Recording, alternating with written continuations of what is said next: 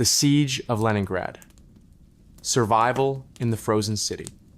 In the summer of 1941, Leningrad stood as a beacon of Soviet pride, its golden spires and grand boulevards pulsing with life. The city, once known as St. Petersburg, was a cultural jewel, home to the Hermitage Museum, the Mariinsky Theater, and a vibrant intellectual community. Factories hummed, producing tanks and munitions, while poets and musicians filled the air with creativity. Yet, beneath this vibrancy, a shadow loomed. Nazi Germany's ambitions were growing, and the Soviet Union was on the brink of catastrophe. As Hitler's armies prepared to unleash Operation Barbarossa, Leningrad's 3 million residents were unaware that their city would soon become a crucible of human endurance, tested by starvation, cold, and relentless bombardment. Leningrad, renamed in 1924 to honor Vladimir Lenin, was the Soviet Union's second largest city and a symbol of the Bolshevik Revolution. Its strategic importance was undeniable. It housed critical industrial complexes, including the Kirov Works, which produced tanks and heavy machinery vital to the Soviet war effort. The city's location on the Baltic Sea near Finland also made it a key target for Nazi Germany, which sought to crush Soviet resistance and secure the region for its envisioned empire. By June 1941, Leningrad was a bustling metropolis, but its residents were not blind to the growing tensions in Europe. The Molotov-Ribbentrop Pact of 1939, a non-aggression agreement between the Soviet Union and Nazi Germany, had delayed direct conflict, but its fragility was evident. Soviet leaders, including Joseph Stalin, underestimated the speed and ferocity of the German invasion that would soon engulf the nation. The origins of the Siege of Leningrad trace back to the broader context of World War II. In September 1939, Germany invaded Poland, sparking the war in Europe.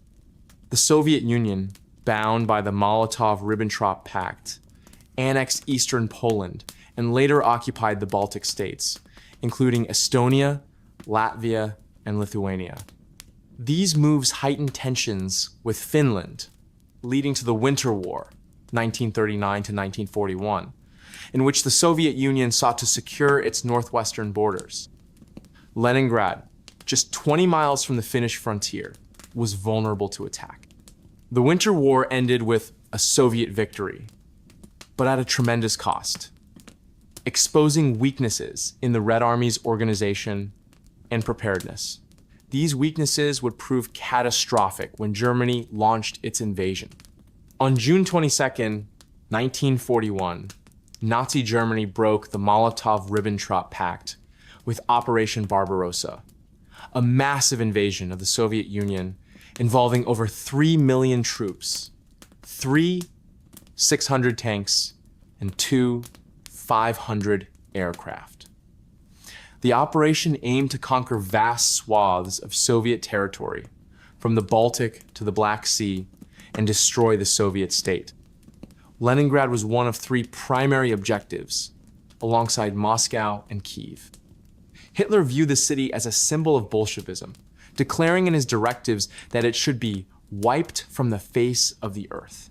The German Army Group North, led by Field Marshal Wilhelm Ritter von Leeb, was tasked with capturing Leningrad, while Finnish forces, seeking to reclaim territories lost in the Winter War, would assist from the north. Leningrad's residents, though aware of the war in Europe, were unprepared for the speed of the German advance. In the weeks leading up to the siege, the city's leadership, under Andrei Zhdanov, began mobilizing defenses. Factories were repurposed for military production, and civilians were organized into labor battalions to dig trenches and build fortifications. By August 1941, the German 18th Army and 4th Panzer Group were closing in, their tanks slicing through Soviet defenses with terrifying efficiency. The city's mood shifted from cautious optimism to growing dread as reports of German atrocities in occupied territories reached Leningrad. The Soviet government caught off guard by the scale of Barbarossa, scrambled to respond. Stalin's purges of the 1,930s had decimated the Red Army's officer corps, leaving it ill-equipped to counter the German blitzkrieg. In Leningrad, military preparations were hampered by shortages of modern weapons and poor coordination. Civilians, meanwhile, were encouraged to join the People's Militia, a volunteer force armed with outdated rifles and minimal training. Women and teenagers worked alongside men, digging anti-tank ditches and erecting barricades in the city's outskirts. Schools and theaters began converting into makeshift hospitals and bomb shelters, signaling the gravity of the approaching threat. Leningrad's cultural life, however, persisted in these early months. The city's intellectuals and artists, including composer Dmitri Shostakovich, continued their work, believing that their contributions could bolster morale. Shostakovich, who would later write his famous Symphony No. 7 during the siege, was among those who volunteered as a firefighter, patrolling rooftops to extinguish incendiary bombs. The city's radio stations broadcast patriotic speeches and music, urging residents to remain steadfast. Yet, beneath this defiance, there was a growing sense of unease. Food supplies were already being rationed, and the city's warehouses were not fully stocked, a critical oversight that would soon have devastating consequences. By late August 1941, the German advance had reached Leningrad's suburbs. The city's rail links to the rest of the Soviet Union were severed, and the Wehrmacht captured key towns like Maga and Schlisselburg, cutting off land routes. The Finnish army, advancing from the north, reached the pre-1939 Soviet-Finnish border, completing the encirclement. Leningrad was now isolated, with only Lake Ladoga offering a tenuous connection to the outside world. The blockade had begun, and the city's 3 million residents, including 400 children, faced an uncertain future. The prelude to the siege was marked by a mix of defiance, naivety, and desperation. Leningrad's residents, steeped in the revolutionary spirit, believed in the Soviet Union's resilience, yet few could imagine the horrors that awaited. The city's factories, theaters, and schools stood as testaments to its vitality, but they would soon become battlegrounds in a struggle for survival. As German artillery began shelling the city and the first bombs fell, Leningrad braced for a siege that would test the limits of human endurance. Section 2. The German advance, Operation Barbarossa, and the encirclement. In the early dawn of June 22, 1941, the skies over the Soviet Union roared with the thunder of German artillery and aircraft. Operation Barbarossa, Hitler's audacious plan to conquer the Soviet Union, unleashed a tidal wave of destruction that surged toward Leningrad. The city, a glittering symbol of Soviet culture and industry, was now a primary target in the Führer's vision of a shattered Bolshevik empire. As German tanks tore through Soviet defenses with ruthless precision, Leningrad's fate hung in the balance, its people unaware that they would soon be trapped in a suffocating blockade. The German advance was relentless, and within weeks, the city was surrounded, its lifeline severed, setting the stage for one of history's most brutal sieges.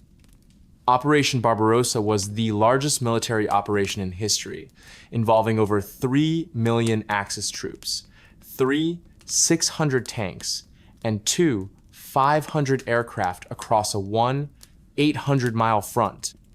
Launched without a formal declaration of war, it aimed to crush the Soviet Union in a swift campaign before winter.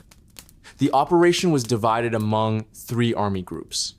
Army Group North, targeting Leningrad, Army Group Center, aiming for Moscow, and Army Group South, advancing toward Kiev and the Caucasus.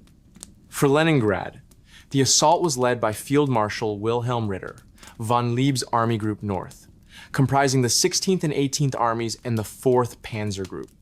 Their objective was to capture the city, secure the Baltic coast, and link up with Finnish forces to the north, effectively strangling Soviet resistance in the region.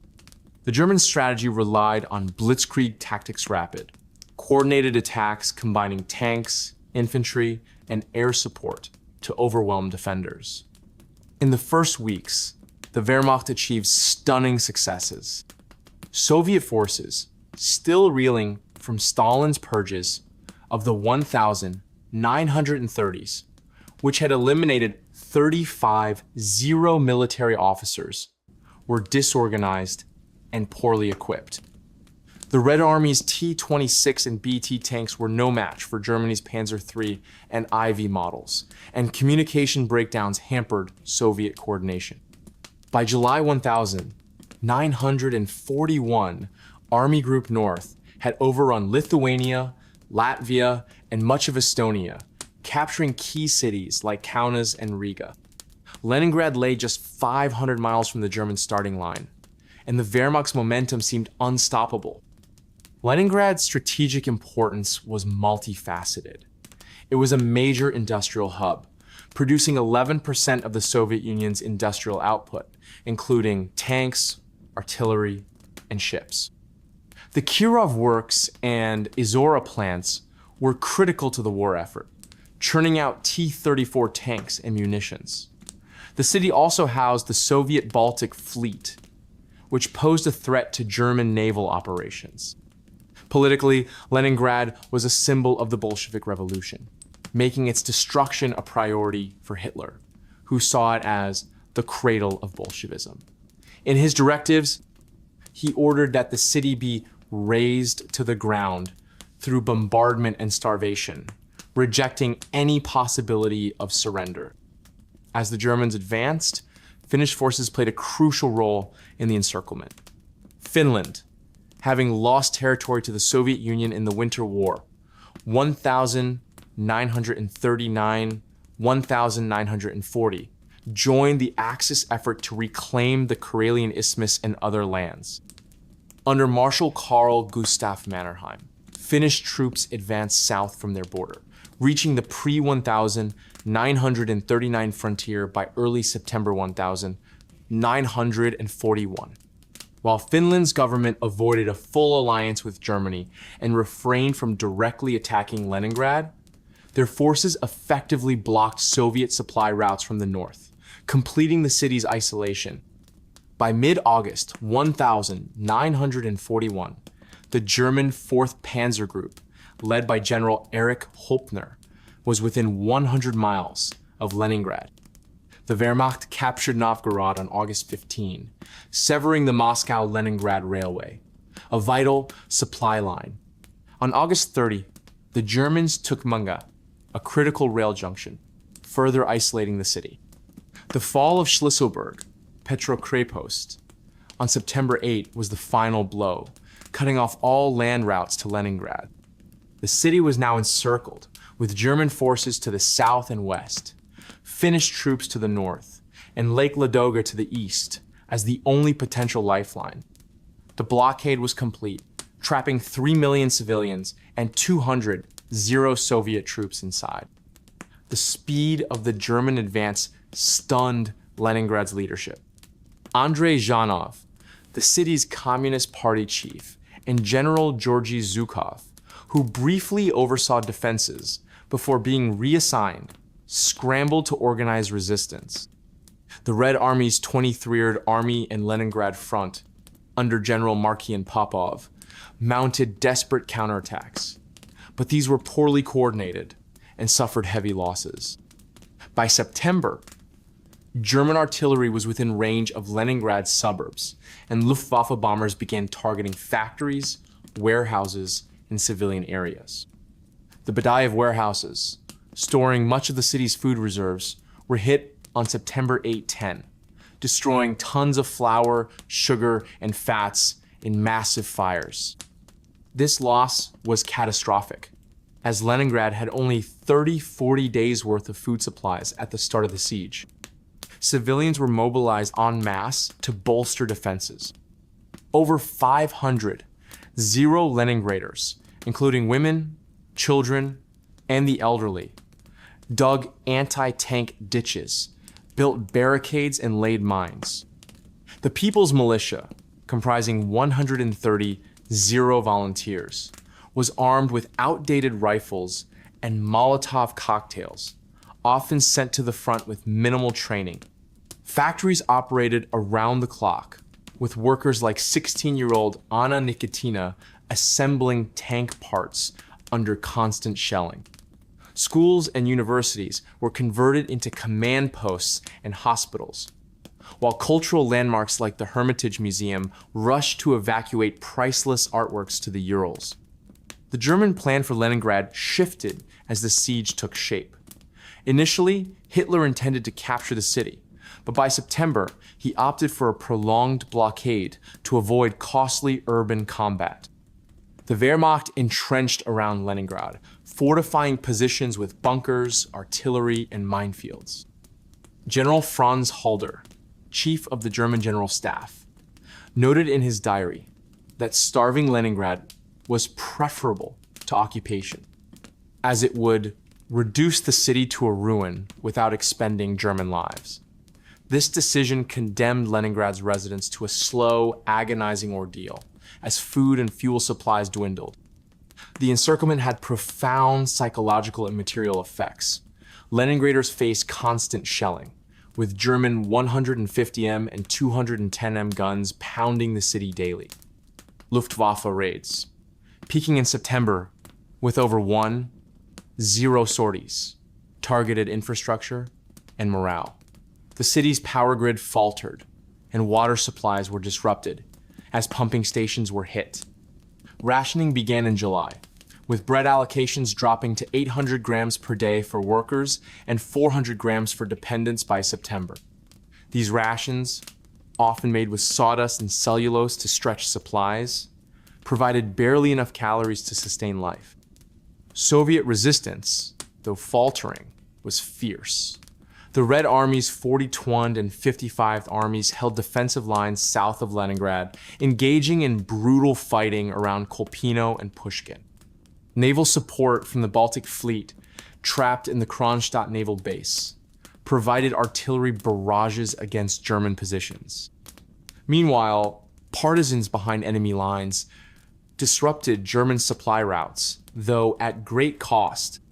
By late September, the front stabilized. But Leningrad was a city under siege, its people facing an uncertain future. The German advance and encirclement marked a turning point in Leningrad's history. The city's isolation was not just physical, but psychological, as residents grappled with the reality of being cut off from the world. Yet, amidst the fear and destruction, acts of defiance emerged. Radio Leningrad continued broadcasting, with announcers like Olga Bergolts reading poetry and urging resilience. Factories, despite shortages, produced 0 tanks and 0 artillery pieces in 1,941 alone. These efforts, though heroic, could not mask the growing desperation as winter loomed, promising even greater suffering. Section 3. The grip of the blockade. Life under siege begins. As September 1941 faded into autumn, Leningrad's golden domes and bustling streets were shrouded in the grim reality of a city under siege. The German encirclement, completed with the fall of Schlisselburg on September 8, had severed all land routes, trapping 3 million souls in a shrinking world of fear and scarcity. The air was thick with the smoke of burning warehouses and the relentless thud of artillery. Food, fuel, and hope dwindled as the blockade tightened its grip, forcing Leningraders to confront a new existence defined by hunger, ingenuity, and sheer will to survive. The city, once a beacon of Soviet pride, was now a battlefield where every day was a struggle against starvation and despair. The immediate impact of the blockade was catastrophic. Leningrad's food reserves, already limited, were decimated when Luftwaffe bombs ignited the Badayev warehouses on September 8-10, destroying 3 0 tons of flour, 2 500 tons of sugar, and 700 tons of butter. These losses represented a significant portion of the city's supplies, enough to feed its population for weeks. The fires, visible for miles, sent plumes of black smoke into the sky, a grim omen of the famine to come. By mid-September, the city had only 40 days worth of grain, 45 days of oil, and 60 days of meat, assuming strict rationing. Fuel stocks were equally dire, with coal and oil reserves sufficient for just a month of industrial and heating needs. Rationing was introduced immediately, but it was woefully inadequate. On September 2, bread rations were set at 600 grams per day for manual workers, 400 grams for white-collar workers, and 300 grams for children and dependents. These amounts, already meager, dropped further by October to 400 grams for workers and 200 grams for others. Bread, the staple of survival, was often adulterated with sawdust, cellulose, or cottonseed cake to stretch supplies, reducing its nutritional value. A single slice provided fewer than 200 calories, far below the 0.30 needed daily for basic survival. Other foods, like meat, butter, or vegetables, were virtually non-existent, forcing residents to scavenge or barter for scraps. The blockade also severed Leningrad's access to fuel and electricity. Power plants, reliant on coal and oil, shut down or operated at minimal capacity, plunging the city into darkness. Trams, the backbone of urban transport, stopped running by December, forcing workers to walk miles through shelling and snow to reach factories.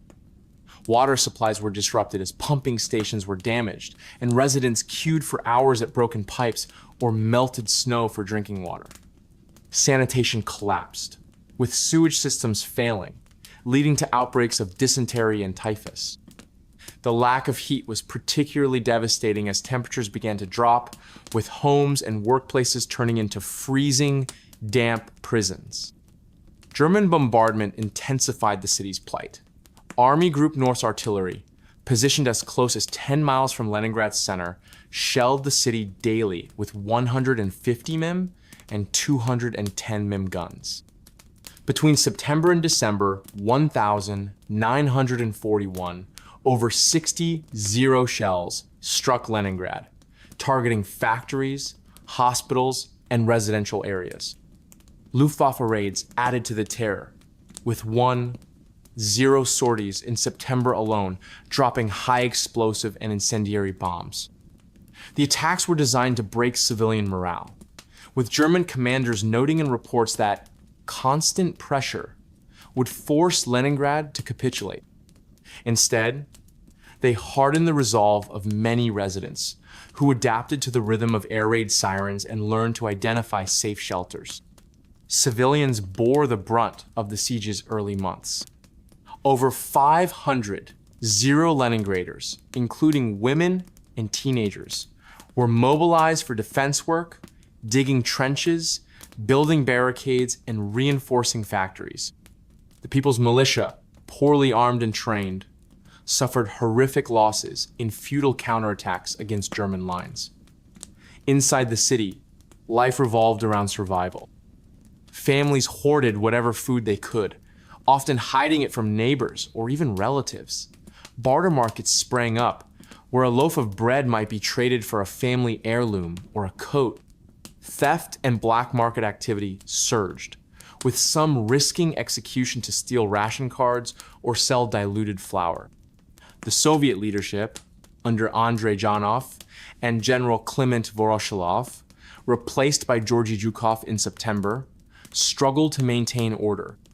The NKVD, the Soviet secret police, enforced strict discipline, arresting thousands for defeatism or hoarding.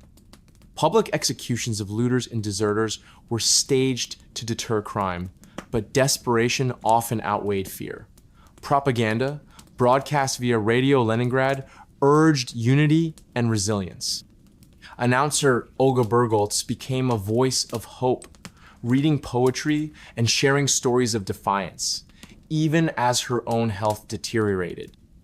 The city's newspapers, like Leningradskaya Pravda, published recipes for siege bread and tips for burning furniture to stay warm, blending practicality with patriotic fervor.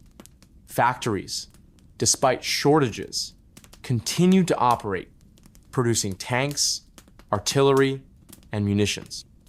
The Kirov works, under constant shelling, manufactured 700 T-34 tanks in 1,941, often with workers sleeping on factory floors to meet quotas.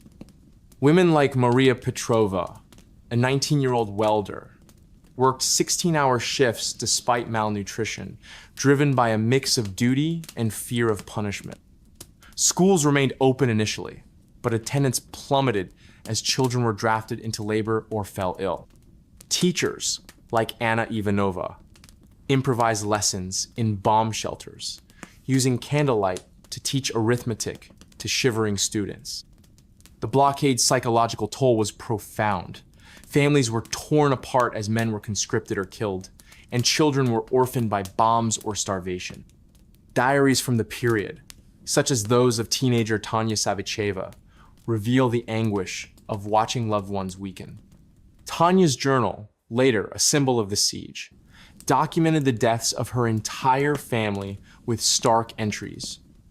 Grandmother died. January 25, 1942. Fear of death mingled with apathy as hunger dulled emotions. Yet acts of kindness, persisted neighbors, shared crusts of bread, and strangers helped carry the weak to shelters. The Soviet military, though battered, mounted desperate efforts to break the encirclement. The Leningrad front, reinforced by the 54th Army, launched counterattacks near Maga and Sinyavino in September and October, aiming to restore rail links. These operations failed, with Soviet losses exceeding 100 men. The Baltic Fleet, trapped in Kronstadt, provided artillery support and evacuated 50 civilians and wounded soldiers across Lake Ladoga before ice made crossings impossible. The lake, 40 miles wide, was Leningrad's only link to the outside world, but German aircraft and artillery made crossings perilous. Plans for a road of life across the frozen lake were in their infancy, offering little immediate relief. By November 1941, the blockade's grip was absolute. Temperatures dropped to 20 degrees Celsius, and snow blanketed the city, hiding ruins but intensifying the cold. Starvation became the greatest killer, with daily deaths rising from hundreds to thousands. Corpses, wrapped in blankets, were left in streets or piled in cemeteries, as gravediggers lacked the strength to bury them. The city's population, estimated at 2.8 million by October after evacuations, faced a winter of unimaginable hardship. Yet, Leningraders clung to hope, driven by a collective determination to endure. Section 4, Winter of 1941. 1942, the deadliest season. As winter descended on Leningrad in late 1941, the city became a frozen purgatory where survival hung by a thread. The German blockade, now in full force, had strangled the city's lifelines, leaving its 2.8 million residents to face starvation, sub-zero temperatures, and relentless bombardment. Snowdrifts buried streets, and the Neva River froze solid, but there was no beauty in this icy landscape, only death.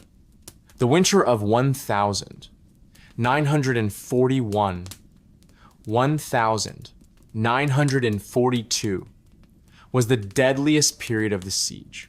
claiming hundreds of thousands of lives as hunger gnawed at bodies and despair eroded spirits. Yet, amidst the horror, stories of resilience and sacrifice emerged, illuminating the unbreakable will of Leningrad's people. The winter began with temperatures plummeting to 30 degrees Celsius, 22 degrees Celsius, among the coldest in decades. Lake Ladoga, the city's only link to the outside world, froze, temporarily halting supply efforts. Food rations, already meager, were slashed further. By November 21,941, workers received 250 grams of bread daily, white-collar employees 150 grams, and children and dependents just 125 grams. This bread, often a gritty mix of rye flour, sawdust, and malt, provided fewer than 300 calories, a fraction of survival needs. Other foods, meat, butter, sugar, had vanished, and Leningrad's warehouses stood empty after the Batayev fires. Starvation became universal, with emaciated figures shuffling through streets, their faces gaunt and eyes hollow. Hunger was a merciless killer. Malnutrition weakened immune systems, leading to scurvy, dysentery, and tuberculosis. By December, daily deaths soared to 4,050, overwhelming morgues and cemeteries. Corpses, too numerous to bury, were stacked in snowbanks or left in apartments, as families lacked strength to carry them. The NKVD reported 1185 deaths in November, 52, 0 in December, and over 100, 0 in January 1942. Entire families perished, their bodies undiscovered for days. Tanya Savacheva, a 12-year-old schoolgirl, recorded her family's deaths in a notebook. Mother died. May 13, 1942. Her journal, later displayed at the Leningrad Siege Museum, became a haunting testament to the crisis. The cold exacerbated the suffering. With coal and oil reserves depleted, power plants shut down, leaving Leningrad without electricity or heat. Homes, schools, and factories became iceboxes, with indoor temperatures dropping to 10 degrees Celsius. Residents burned furniture, books, and even floorboards for warmth, but the meager fires offered little relief. Water pipes froze, forcing people to hack ice from the Neva or queue at broken hydrants, often under shelling. Frostbite claimed fingers, toes, and lives as threadbare clothing provided no protection. A survivor, Dmitry Likachev, later wrote, "We lived like animals, focused only on the next hour, the next crust of bread." German bombardment continued unabated, with 150 mm and 210 mm shells raining down daily. The Luftwaffe, though less active in winter due to weather, still dropped incendiary bombs, targeting factories and civilian areas. On December 12, a single raid killed 76 and injured 200 in the Moskovsky district. Shelling was timed to disrupt food distribution, with German gunners targeting bread lines and markets. Residents learned to read the sound of incoming shells, diving into doorways or sewers for cover. Air raid shelters, often just basements, were overcrowded and lacked ventilation, but they offered a slim chance of survival. Despite the horrors, Leningraders adapted with grim ingenuity. Families boiled wallpaper paste made from flour to create a tasteless soup. Leather belts and shoes were stewed into a gelatinous broth, while rats, once a nuisance, became a prized source of protein. Some resorted to eating clay or sawdust, risking intestinal damage. Barter markets thrived, with a diamond ring fetching a sack of potatoes or a pair of boots, a loaf of bread. Black market profiteers, though vilified, flourished, selling diluted flour at exorbitant prices. The NKVD executed over 200 for food theft or speculation in 1,000, 941, 1,000, 942, but desperation often outweighed fear of punishment. Work continued, driven by necessity and propaganda. Factories like the Kirov Works operated despite shelling, producing 200 tanks and 0 artillery pieces in 1,000, 941 1,000, 942. Workers, mostly women and teenagers, collapsed at their machines from hunger. Yet quotas were enforced with military discipline. Vera Inber, a poet, described a factory girl who tied herself to her lathe to avoid fainting, her hands trembling as she worked. Schools, though mostly closed, held sporadic classes in bomb shelters, where teachers like Nina Petrova taught children to read by candlelight, their breath visible in the freezing air. The Soviet leadership struggled to maintain control. Andrei Zhanov, gaunt from hunger himself, coordinated rationing and defense efforts, often clashing with military commanders over priorities. The NKVD arrested thousands for anti-Soviet behavior, including those who whispered doubts about victory. Propaganda remained relentless, with Radio Leningrad broadcasting speeches and music to boost morale. Olga Bergolts, the voice of the station, read poems like Leningrad Poem, urging residents to endure. We will not surrender. We will not break. Yet, private diaries reveal a growing apathy as hunger dulled even the will to resist. The road of life across frozen Lake Ladoga offered a glimmer of hope. By late November, trucks began crossing the ice, delivering flour, sugar, and oil. The route was treacherous, with German aircraft strafing convoys and thin ice-claiming vehicles. On December 9th, a truck carrying 10 tons of flour sank, a devastating loss. Still, the route delivered 16 0 tons of supplies by January 1,942, a fraction of the city's needs, but enough to stabilize rations temporarily. Evacuations began with 33 civilians, mostly children, ferried across the lake by January, though many died en route from cold or shelling. Acts of heroism and sacrifice abounded. Mothers starved to save bread for their children, while neighbors shared meager rations with the sick. Dmitry Pavlov, Leningrad's food supply chief, worked tirelessly to organize deliveries, sleeping in his office and surviving on the same rations as workers. Medical staff, like Dr. Anna Likacheva, treated patients in unheated hospitals, using boiled rags as bandages and performing surgeries by lamplight. Yet, the death toll was staggering.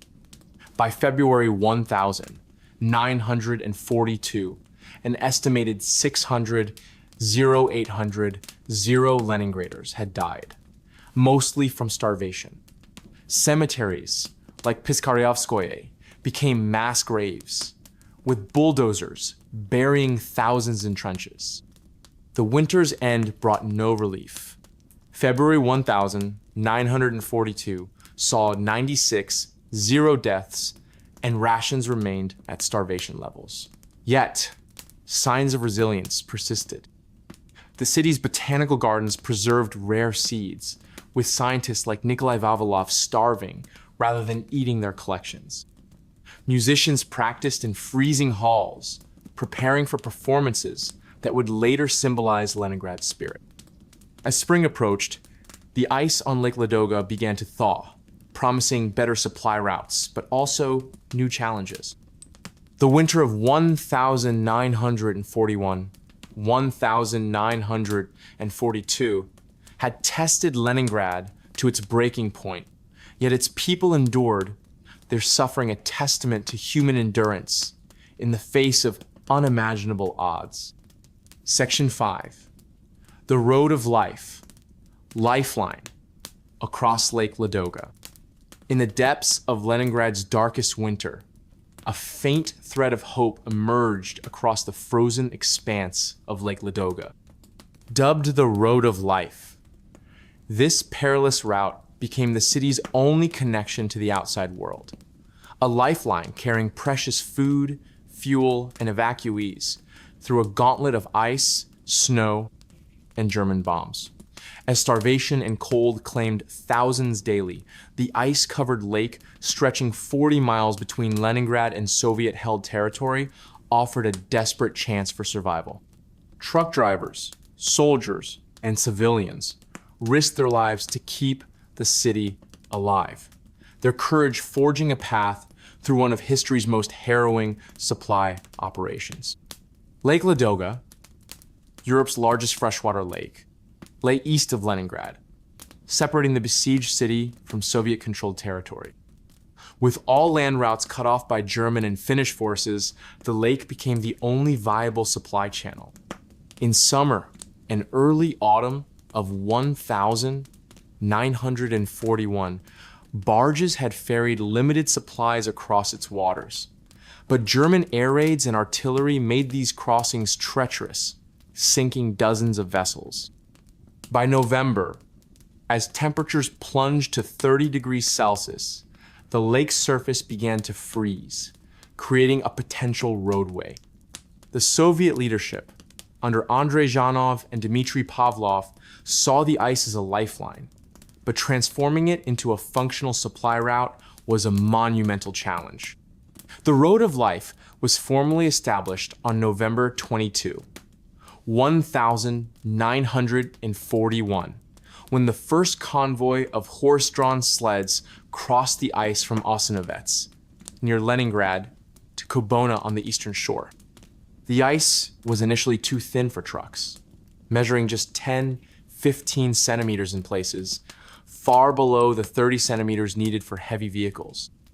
Engineers worked tirelessly, measuring ice thickness daily and marking safe paths with stakes and flags. Blizzards and shifting ice complicated efforts, and German reconnaissance planes patrolled overhead, ready to call in artillery or Luftwaffe strikes.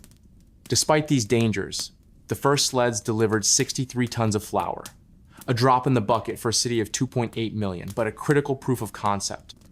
By December, the ice thickened to 25-30 centimeters, allowing trucks to attempt crossings.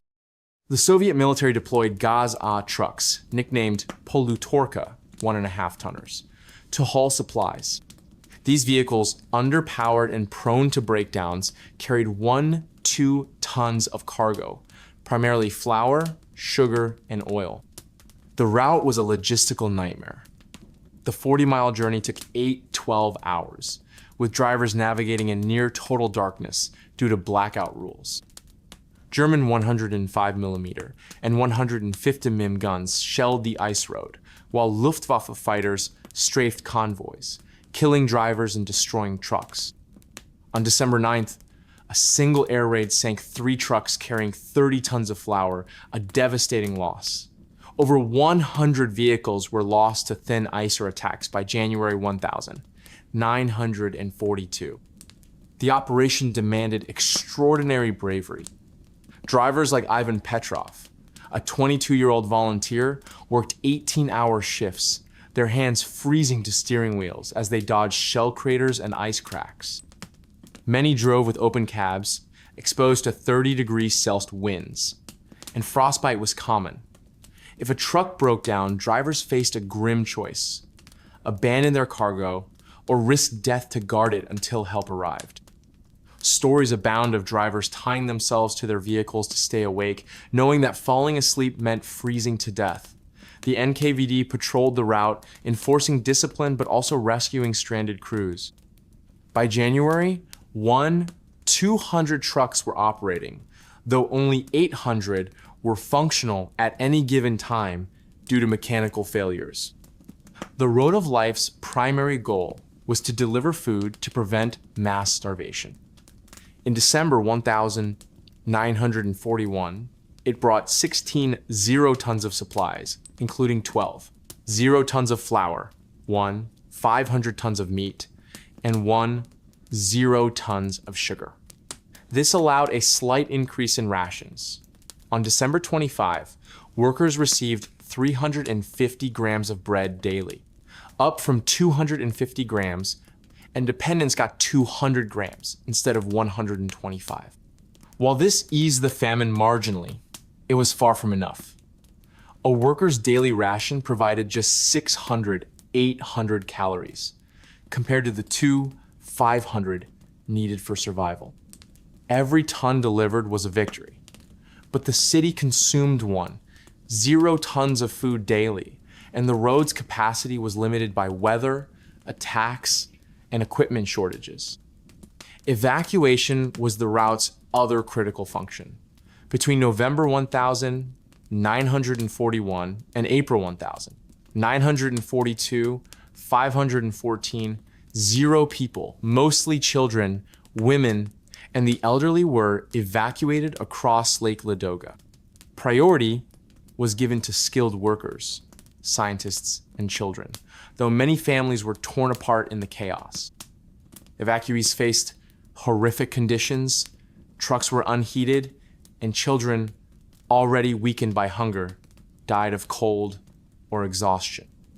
On January 22, 1942, a convoy of 50 trucks carrying 600 orphans was shelled, killing 12 children and 2 drivers.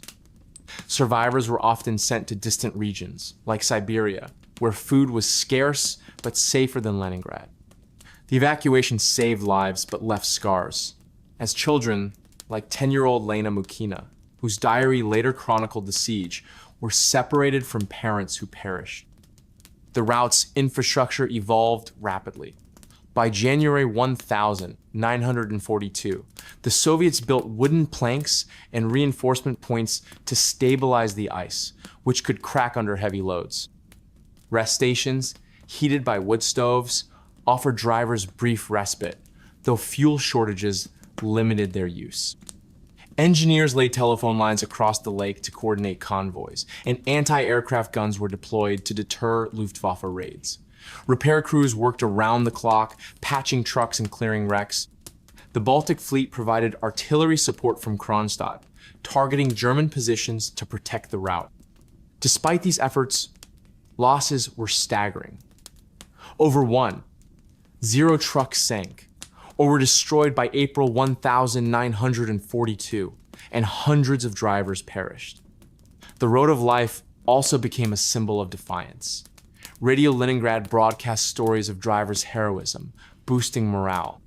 Poets, like Olga Bergholz, penned odes to the ice road, calling it the pulse of Leningrad. Civilians volunteered to unload trucks or guard supplies, often under fire. Women like Maria Ivanova, a 30-year-old nurse, walked the ice to guide evacuees, her frostbitten feet wrapped in rags. The route's success depended on collective effort. Scientists calculated ice strength, soldiers manned defenses, and civilians donated clothing for drivers. Even children contributed, knitting mittens for convoy crews. By spring 1942, the ice began to thaw, halting truck crossings by mid-April. Barges resumed operations, but the lake remained dangerous, with German submarines and mines sinking 12 vessels in May. The Road of Life delivered 360 0 tons of supplies in its first winter, including 270 0 tons of food, saving Leningrad from total collapse. Yet, the cost was immense. An estimated 1.2 million civilians died during the siege, with 600, 800, in the first winter alone. The road's supplies, though critical, could not fully stem the famine, and its evacuations saved only a fraction of those trapped. The Road of Life was more than a supply route. It was Leningrad's heartbeat, a testament to human endurance. Drivers, engineers, and civilians risked everything to keep the city alive, their sacrifices etched into the ice of Lake Ladoga. As spring arrived, the route's challenges shifted, but its legacy as a symbol of hope endured, a fragile thread connecting a dying city to the promise of survival. Section 1. The cultural capital before the siege.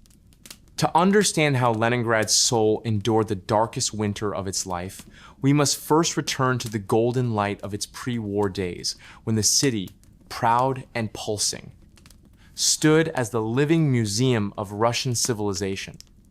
Before the shriek of Luftwaffe sirens and the groan of empty stomachs, Leningrad was not merely a city, it was a symphony of stone and spirit.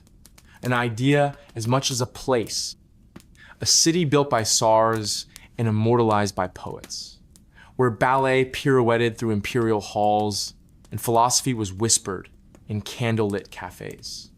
It was a place where culture didn't just live, it led. A city built on art and idealism, founded in 1703 by Peter the Great and later christened St. Petersburg. The city was envisioned as Russia's window to the West. Its architecture bore that ambition. Pastel Baroque palaces, ornate bridges, canals like veins, and squares so grand they rivaled Versailles. But beyond its stone facades lay a deeper inheritance zone of revolution, innovation, and beauty. By the 20th century, renamed Leningrad in honor of Vladimir Lenin, the city had become synonymous with Russian artistic and intellectual brilliance. It was the home of the Silver Age of Russian poetry, a capital of ideas, and the cradle of composers and painters who shaped national identity. Tchaikovsky's melancholy melodies first graced its theaters. Dostoevsky's tortured characters walked its rain-slicked streets. There was pride in the air, a quiet, confident belief that culture was Russia's crown, jewel in Leningrad, its brightest gem. The cultural colossus, by 1940, just a year before the German invasion of the Soviet Union, Leningrad stood tall with unmatched cultural gravitas. Its institutions didn't just house greatness, they breathed it. The Hermitage Museum. The Hermitage Museum was more than a gallery, it was a temple to human creativity. Occupying the opulent Winter Palace along the Neva River, it contained over 3 million works of art. You could walk its halls and witness Rembrandt's, Da Vinci's, and Raphael's sharing space with Russian icons in medieval armor. The museum was a marriage of East and West, old and new, empire and proletariat. Tourists from Paris and professors from Moscow walked its parquet floors in awe. But perhaps the most remarkable fact was not the number of treasures within, but the reverence with which the city treated them. The Hermitage wasn't merely a museum, it was a mirror, reflecting what Russians believed about themselves, that they were heirs to greatness. The Mariinsky Theater. Then there was the Mariinsky. Inside its seafoam green walls and under its shimmering chandeliers, Tchaikovsky's The Nutcracker and Swan Lake came to life. It was here that Anna Pavlova had danced, and where Fyodor Chalyapin's bass had once shaken the rafters. Before the war, it was still staging ballets, operas, and orchestral works that could reduce grown men to tears. Its red velvet seats, its gilded balconies, the hush before a curtain rose. This wasn't just entertainment, it was ritual. In a city where life was often brutal, uncertain, or politically constrained, art was the place where the soul could stretch its wings. Pushkin House and the literary archives. Equally hallowed was the Pushkin House, formerly the Institute of Russian Literature. Nestled along the embankment, it was an academic treasure trove. It held original manuscripts from Russia's literary giants, Tolstoy, Gogol, Lermontov, and of course, Pushkin. Their inky handwriting on yellowing parchment was preserved with the same seriousness reserved for military secrets. Scholars gathered there like monks in a monastery, dissecting meaning, tracing lineage, and preserving the flame of Russian letters. In Leningrad, even librarians felt like sentinels of something sacred. Life before the storm. The years just before the war were fraught with tension. Stalin's purges of the 1930s had silenced or exiled many intellectuals. Fear rippled beneath the surface. Yet despite arrests and disappearances, the city's cultural heartbeat never truly slowed. If anything, it became more precious. Each staged play, each published poem, each gallery opening was an act of bravery. A gamble that truth and beauty could coexist with tyranny. Life in the city was not easy. Winters were long, rations thin, apartments overcrowded. But for all its challenges, Leningrad in 1940 had a certain rhythm. Children attended music schools as if training for battle. Art students painted on the steps of the Isaac Cathedral.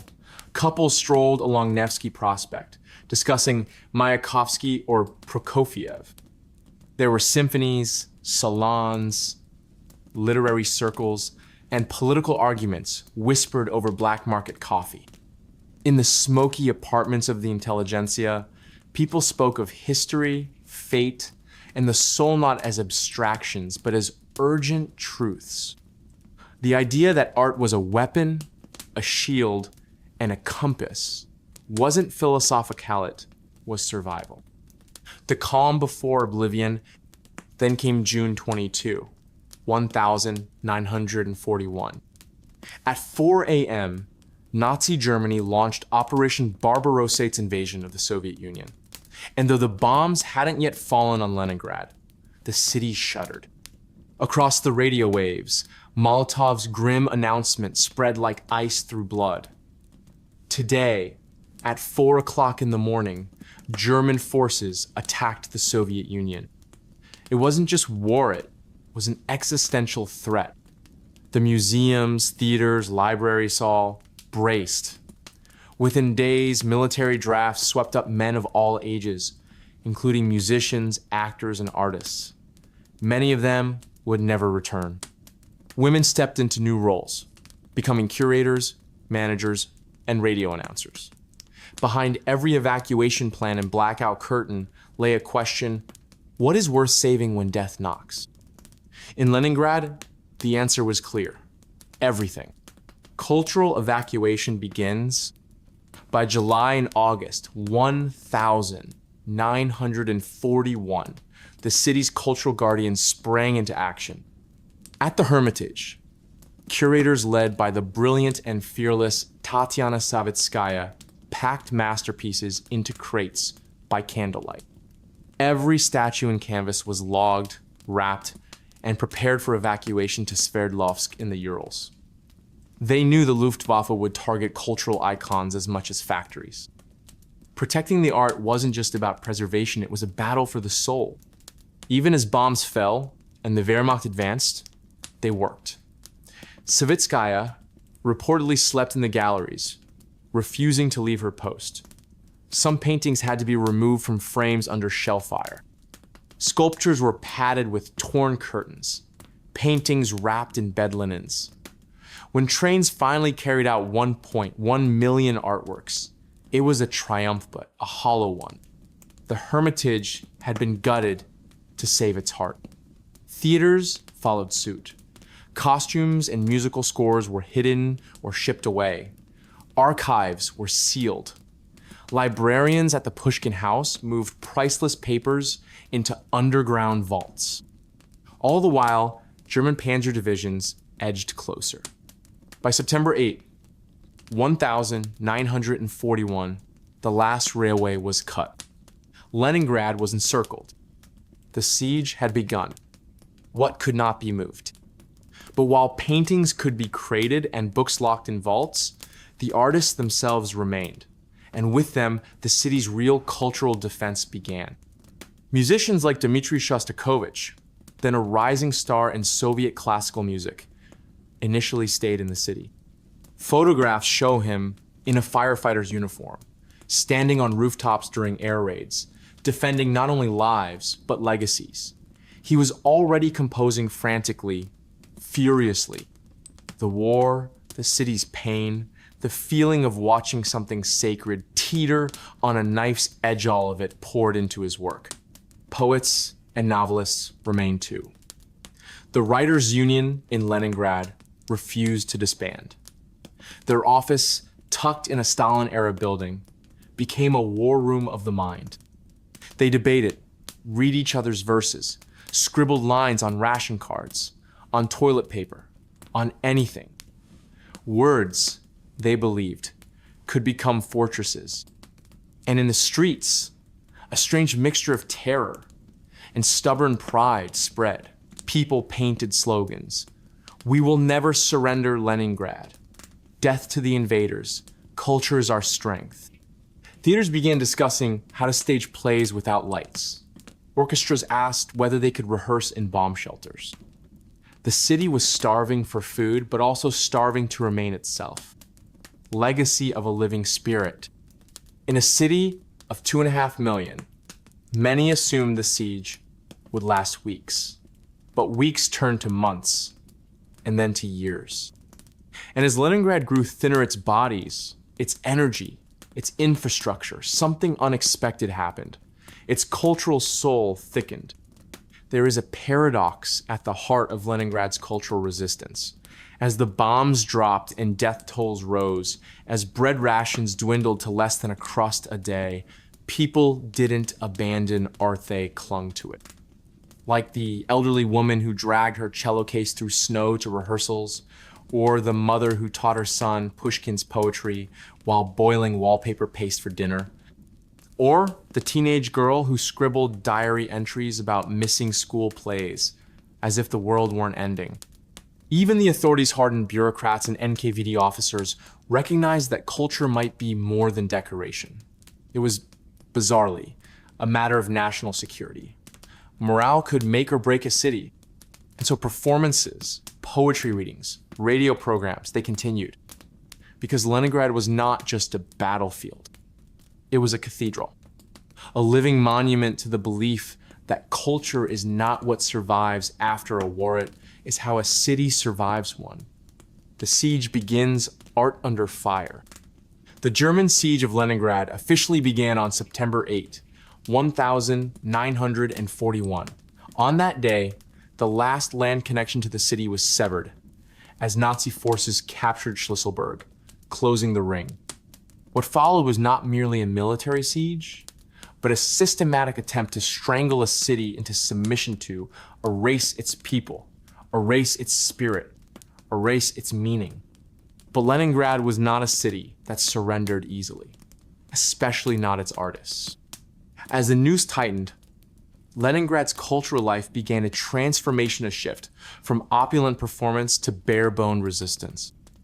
What had been a city of chandeliers and concertos became one of shadows and whispers, of candle-lit verses, and music played through chattering teeth. And yet, never did its soul shine more brightly. The shock of encirclement. In the first weeks after the siege began, disbelief was still thick in the air. The citizens, educated, urban, proud, could not fathom that their beautiful city could be left to rot. For generations, Leningrad had been a symbol of power and prestige. Surely Moscow would send help. Surely the Red Army would break through. But by mid-September, the truth settled like soot. German bombers flew daily missions overhead. Roads were rubble. Ration cards had become lifelines. Electricity flickered only sporadically. Winter loomed. And still theaters posted schedules. Orchestras rehearsed. Writers met in freezing rooms. A strange duality emerged. The body was starving, but the soul was starving louder. Curators in the crosshairs. Among the first cultural soldiers were museum staff. Even with most artworks evacuated, the Hermitage Museum itself remained a symbolic target for the Luftwaffe. The empty frames dozens, hundreds were still hanging on the walls, as if the masterpieces had merely stepped out for a smoke. Tatiana Savitskaya, now promoted to a senior curator, refused to abandon her post. She and a skeleton crew camped inside the galleries. They reinforced walls with sandbags, used furniture for firewood, and slept beneath marble staircases. Her journal entries speak of the strange, silence giant halls, echoing only with the sounds of bombing and the shuffle of felt boots. "We have nothing to show," she wrote in November 1941, "and yet we stay, because the walls still remember. The walls have seen beauty, and that must not be forgotten." The empty frames became icons in themselves, ghostly tributes to what had once been and what would return. Libraries as bastions of civilization. Meanwhile, the Pushkin House and the National Library of Russia began their own war. Their collections, millions of books, and irreplaceable manuscripts were vulnerable to both bombs and frost. Electricity was unreliable. Heating was a memory. Maria Volkova, a senior librarian, directed efforts to move the most precious documents into sub-basements and sealed rooms. Rare manuscripts were wrapped in cloth and hidden behind false walls. When windows shattered from nearby blasts, librarians taped plastic and paper over the panes using paste made from boiled rice. One assistant, Alexei, died of hypothermia while trying to retrieve a box of 18th century letters from a snowed-in attic. Another, Zoya, developed frostbite from refusing to wear gloves while cataloging in a 10-degree-Celsius room her hands, too swollen to grip paper by December. And yet the libraries never fully closed. On certain days, under strict rationing and curfews, they welcomed readers. Students copied pages by hand under candlelight, believing that learning might still outlast death. The artist's dilemma: flee or fight? As the blockade began, a fundamental question was forced upon the city's artists: leave and live, or stay and resist? Many prominent figures had been evacuated earlier. Shostakovich himself would be airlifted out in October 1941 under orders from the government. But thousands of other actors, musicians, painters, playwrights chose to remain. Some were too old or frail to leave. Others refused out of principle. "What use is art?" one sculptor reportedly said, "if it does not suffer with its people?" Among those who stayed were the core members of the Leningrad Philharmonic's second string ensemble, soon to become the most famous orchestra in wartime history. At the time, they could not have imagined the role they would play. They were just trying to survive, one rehearsal at a time, one crust of bread at a time. Visual art under siege. Painters, illustrators, and graphic artists also faced a crossroads. With supplies cut off, canvas and paint were luxuries. But art did not stop. Instead, it adapted. Artists like Vladimir Serov began using charcoal, salvaged from burned wood, and sketching on the backs of old newspapers. Some drew directly on walls, others in the margins of library books. In one gallery-turned-hospital, a painter scrawled a mural of children playing in fields just above the cots of wounded soldiers. The Leningrad Union of Artists, though officially disbanded, continued meeting in secret. Led by Isaac Brodsky's surviving students, they set up makeshift workshops in bombed-out schools. Their primary mission: produce propaganda posters and morale, boosting images. Posters went up on fences in ruined buildings. A mother shielding her child under a red flag, a bayonet breaking a swastika, a soldier feeding a loaf of bread to a starving child. One iconic image, printed on flimsy paper and glued to walls with frozen paste, read, "We are dying, but we are still Russians." Theaters in the ruins. Perhaps the most paradoxical image of Leningrad's cultural resistance was this: a stage surrounded by ruins, still lit. The Leningrad State Musical Comedy Theater was one of the only theaters to remain officially open throughout the siege. Its director, Alexander Bronovitsky, refused to cancel the season. Instead, he restructured shows to match the audience's stamina. Operettas like Silva and the Gypsy Baron were shortened. Scenes were rewritten to require fewer set changes. Costumes were patched together from curtains and civilian coats. Performers often took the stage wrapped in thermals and wool gloves.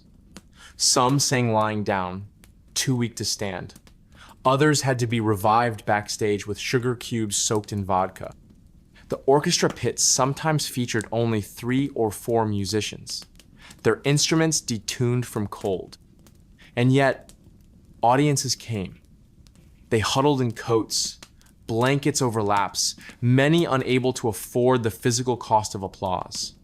But when the curtain rose, always late, always uncertain, the magic returned. "We forgot we were hungry," one survivor later said. "For 45 minutes, we were human again." Culture in the underground. As shelling increased and the city's infrastructure collapsed, cultural life went underground literally. Bomb shelters, basements, even sewer access tunnels were converted into mini theaters, reading rooms, and art studios. One group of puppeteers, led by Anna Petrova, staged children's shows in subway stations. Their puppets were made from socks and broom handles. Stories were fairy tales, rewritten to reflect resistance. Brave foxes fighting off invading wolves. Children clapped and laughed rare sounds in a city of groans and silence. In the crypt beneath the Smolny Cathedral, a poetry circle met weekly. They read Mandelstam and Akhmatova aloud, sometimes pausing mid-stanza for air raid sirens. They debated line breaks and metaphors while corpses froze above ground. In these spaces, art was no longer about career or reputation. It was about retaining sanity in a world gone mad. Radio Leningrad, the city's last voice. By winter, one cultural beacon rose above all others. Radio Leningrad, run on generator power, operated by engineers working in gloves and goggles to prevent frostbite, the station became the heartbeat of the city. It broadcast not only news and war updates, but also poetry, symphonies, and even brief theater skits. Olga Bergholz, once imprisoned by the NKVD, became its most cherished voice. Her daily broadcasts of poetry reached into every cold apartment and shelter. Her voice was thin, sometimes cracking, but her words were balm. "You are not alone. This is Leningrad. We live still." Some nights, when food deliveries failed and bodies froze in the streets, people would gather around their radios and wait for her. One girl remembered Bergholz's poems more than she remembered her mother's lullabies. Hunger, madness, and the cost of culture. All this beauty had a terrible cost. By January 1942, starvation had claimed nearly 500,000 lives. People collapsed in snowdrifts. Tram cars were pulled by skeletal horses. There were reports of cannibalism, though officially denied. And still actors reported to rehearsal. Artists painted, theaters, libraries, and galleries all experienced loss rates of over 50%. Yet those who remained did not stop. They couldn't. To stop was to admit defeat, not to the Nazis, but to hopelessness. Nikolai Rabinovich, a conductor and friend of Shostakovich, collapsed during a rehearsal and died a week later. His baton was found, still clutched in his hand. Painters froze to death beside their canvases. Poets starved with notebooks under their pillows. Their deaths were not just tragedy, they were testimony. A city at war with death. By spring of 1942, the city had shrunk in body but swelled in soul. Cultural resistance had become a form of daily ritual. Art was not an escape, it was a rebellion. Every puppet show, every chalk drawing, every stanza recited over a ration card was a shot fired against despair. The Germans had hoped to silence Leningrad by cutting off its food, fuel, and freedom. Instead, they had forced it to scream in song. Dmitri Shostakovich, Notes Against Despair. Long before he became the face of cultural defiance, Dmitri Dmitrievich Shostakovich was already something of a paradox reserved and sharp-tongued, fiercely patriotic, and yet always on the edge of trouble with the Soviet regime. By the time the German army encircled Leningrad in September 1941, Shostakovich had lived several lives: child prodigy, national treasure, political outcast, an unlikely survivor of Stalin's purges. But during the darkest chapter of Leningrad's existence, he would rise not just as a composer, but as a soldier of sound, wielding music like a bayonet. His Symphony No. 7, later known as the Leningrad Symphony, would become more than a composition. It would be an anthem of resistance, a prayer, a scream, and it would be born in the grip of terror. The war comes to Leningrad. On June 22, 1941, when Nazi Germany launched its surprise invasion of the Soviet Union, Shostakovich was 34 years old, living in Leningrad with his wife Nina and their 2 children. He was already a national figure, though one often caught in the jaws of Soviet cultural policy. Just a few years earlier, in 1936, an anonymous article titled "Muddle Instead of Music" had appeared in Pravda, condemning his opera Lady Macbeth of Mtsensk. The article, widely believed to be commissioned by Stalin himself, nearly destroyed his career. Shostakovich, once the golden boy of Soviet music, became a pariah overnight. He had survived by withdrawing his controversial Fourth Symphony and adopting a more conservative style in his fifth, famously subtitled A Soviet Artist's Response to Just Criticism. So when war broke out, Shostakovich's instinct wasn't to ruin it, was to serve. From composer to firefighter, in July 1941, as Luftwaffe bombers began targeting Leningrad, Shostakovich took the extraordinary step of volunteering as a firefighter. Photos from that time show him atop a rooftop in a padded coat, a metal helmet askew on his head, squinting into the sky with a hose at the ready. He later wrote, "When a bomb falls, you don't ask if you're a composer or a laborer. You pick up water. You help." His duties were real. During air raids, he helped extinguish fires on the rooftops of the Leningrad Conservatory and nearby buildings. But even while standing on those icy roofs, he heard another sound in his head: the marching rhythm of an invading army. The seed of what would become his Seventh Symphony had already taken root. He was composing through the siege even as the city descended into hell, composing in cold and darkness. By late summer 1941, daily life in Leningrad had become a fight for survival. Bombs fell daily. The Neva River, once a place for boat rides and romantic walks, was now a frozen artery clogged with the dead.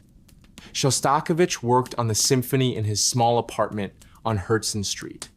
Electricity was sporadic, heating non-existent. As the days grew colder, he bundled himself in a winter coat and wrapped scarves around his fingers so he could write without his hands going numb.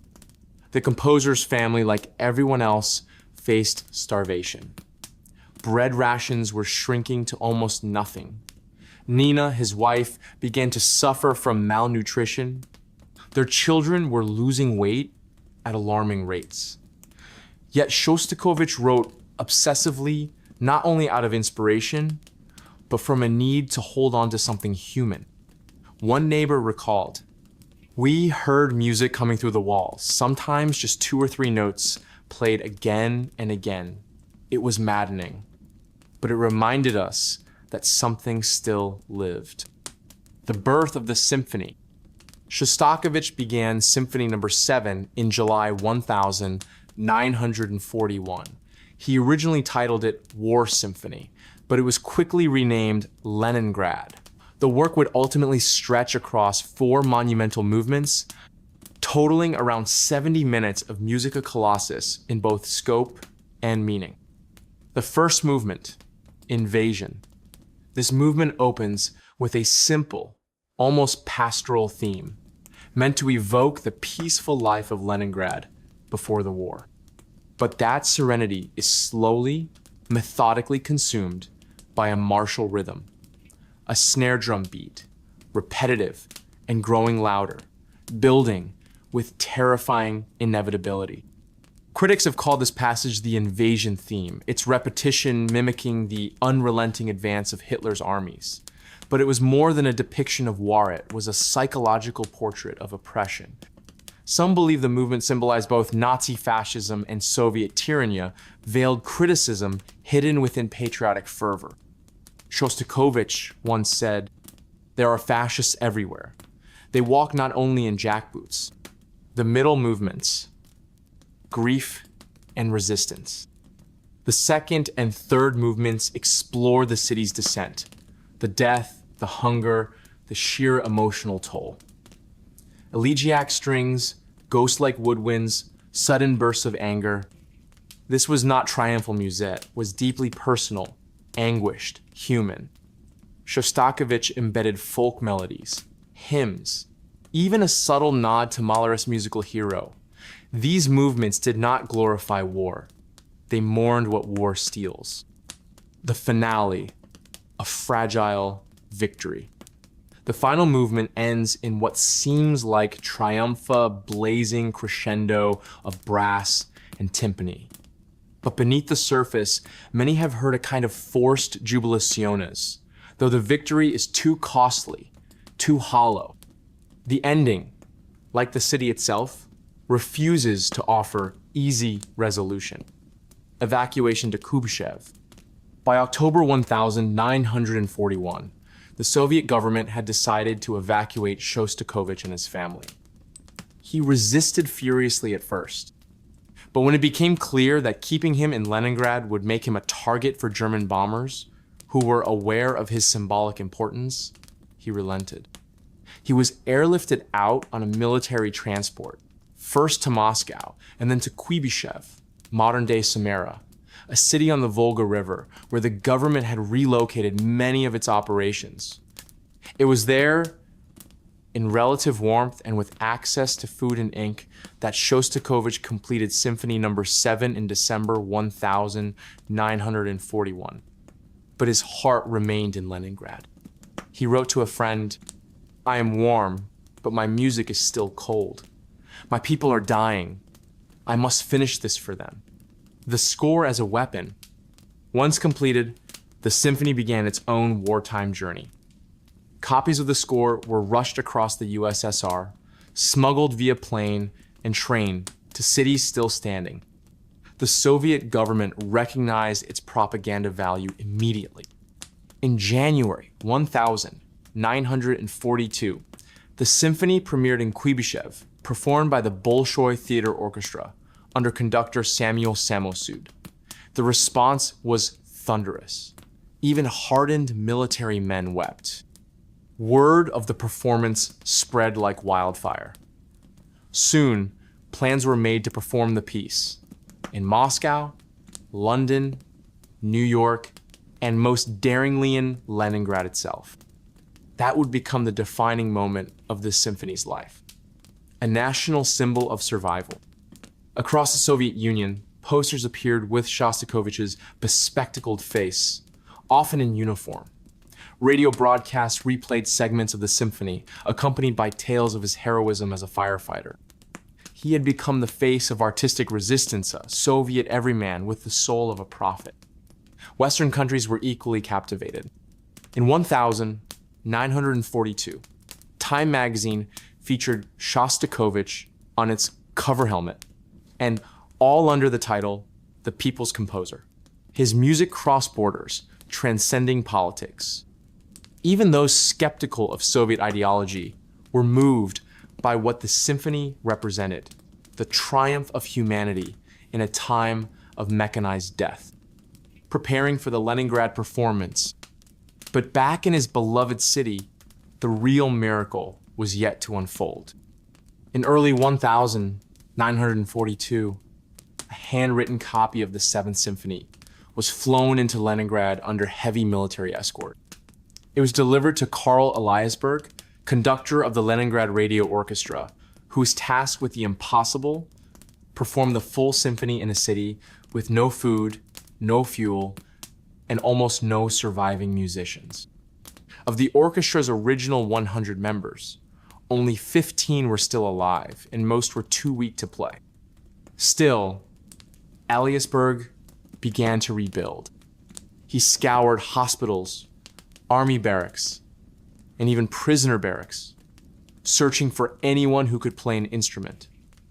He found them half-starved, frostbitten, traumatized. Some hadn't touched a violin in months. Others could no longer carry their instruments without help.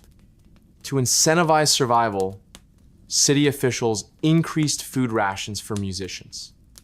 They were given 250 grams of bread a day, barely enough to stand, let alone play. Rehearsals began in an unheated auditorium. Many fainted, some died. And yet, the music grew louder. The city holds its breath. By August 1942, the city was ready. The performance of Shostakovich's Seventh Symphony in Leningrad, conducted by Eliasberg, would take place on August 9, 1942, in the Grand Hall of the Philharmonia. The hall was in shambles. Windows were boarded up with wood and sandbags. The streets outside were lined with bodies. But inside, there was music. Before the performance began, the Red Army launched a coordinated artillery barrage on German positions surrounding the city. The goal: silence enemy guns long enough to allow the symphony to be heard. And it was broadcast via loudspeakers across the city and even toward the front lines. The music filled the air. Malnourished civilians wept in the aisles. Soldiers closed their eyes and listened. Even German officers, listening through intercepted broadcasts, reportedly stood in stunned silence. It was not just a concert, survivor Vera Inber later wrote. It was a resurrection. The symphony lives on. In the months and years that followed, Symphony No. 7 would be performed around the world. Its message echoed from concert halls in New York to bomb shelters in London. It became a symbol not of victory, but of dignity, a testament to what people will endure and what they will not surrender. For Shostakovich, the symphony was both a personal triumph and a permanent burden. Though he would go on to write 15 more symphonies, the seventh always cast a long shadow. Some accused it of being too grand, too obviously patriotic. Others claimed it was propaganda.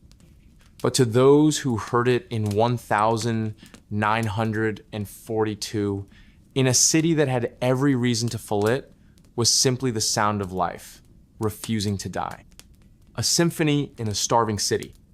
By the time the Leningrad Symphony was performed within the city's crumbling walls, Leningrad itself had become an open wound-starved, bombarded and frozen, yet still impossibly alive.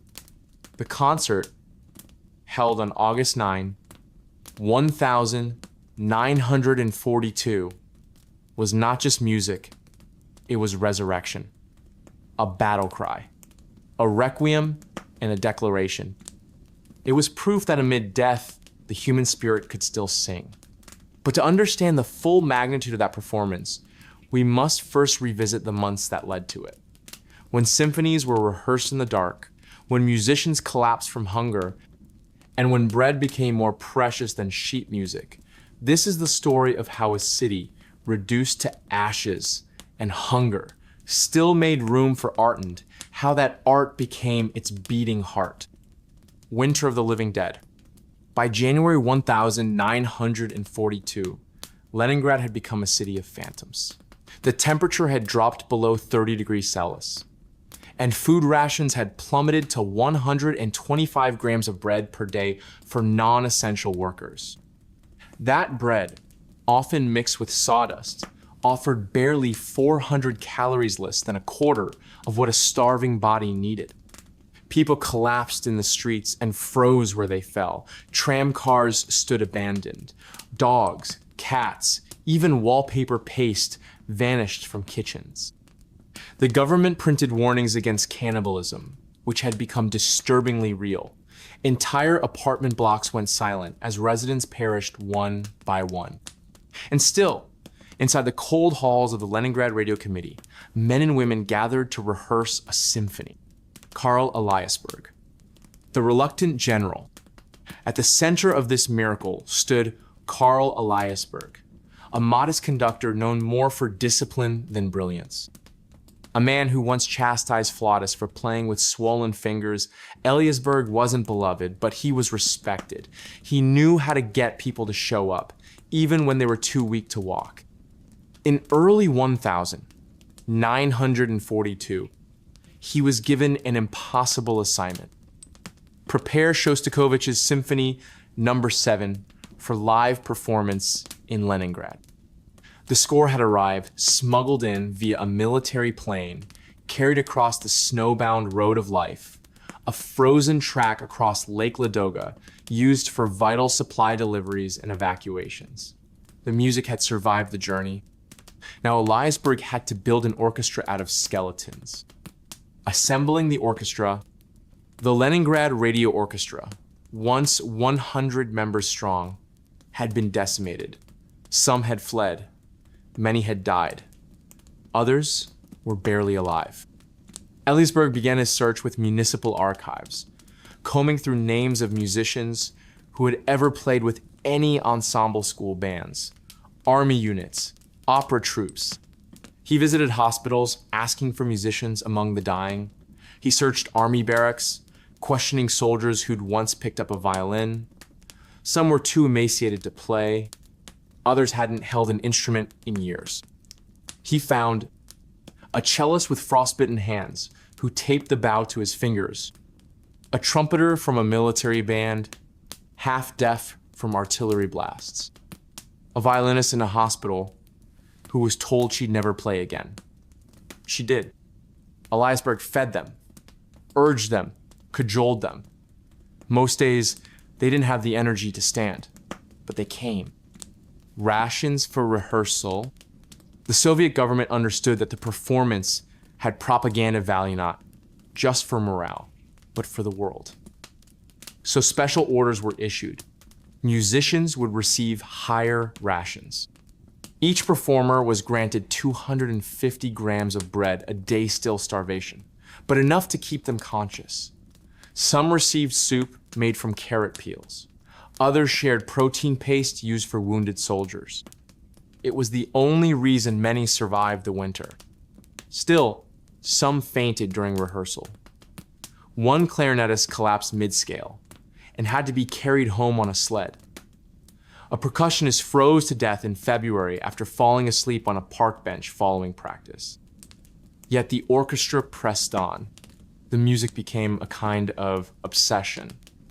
Rehearsals took place in an unheated auditorium at the Leningrad Broadcasting House. Breath clouded in the cold air, strings snapped from the chill. Musicians wore layers of clothing and woolen socks for gloves. But still, they played, learning the symphony. Shostakovich's Symphony No. 7 is no small feat.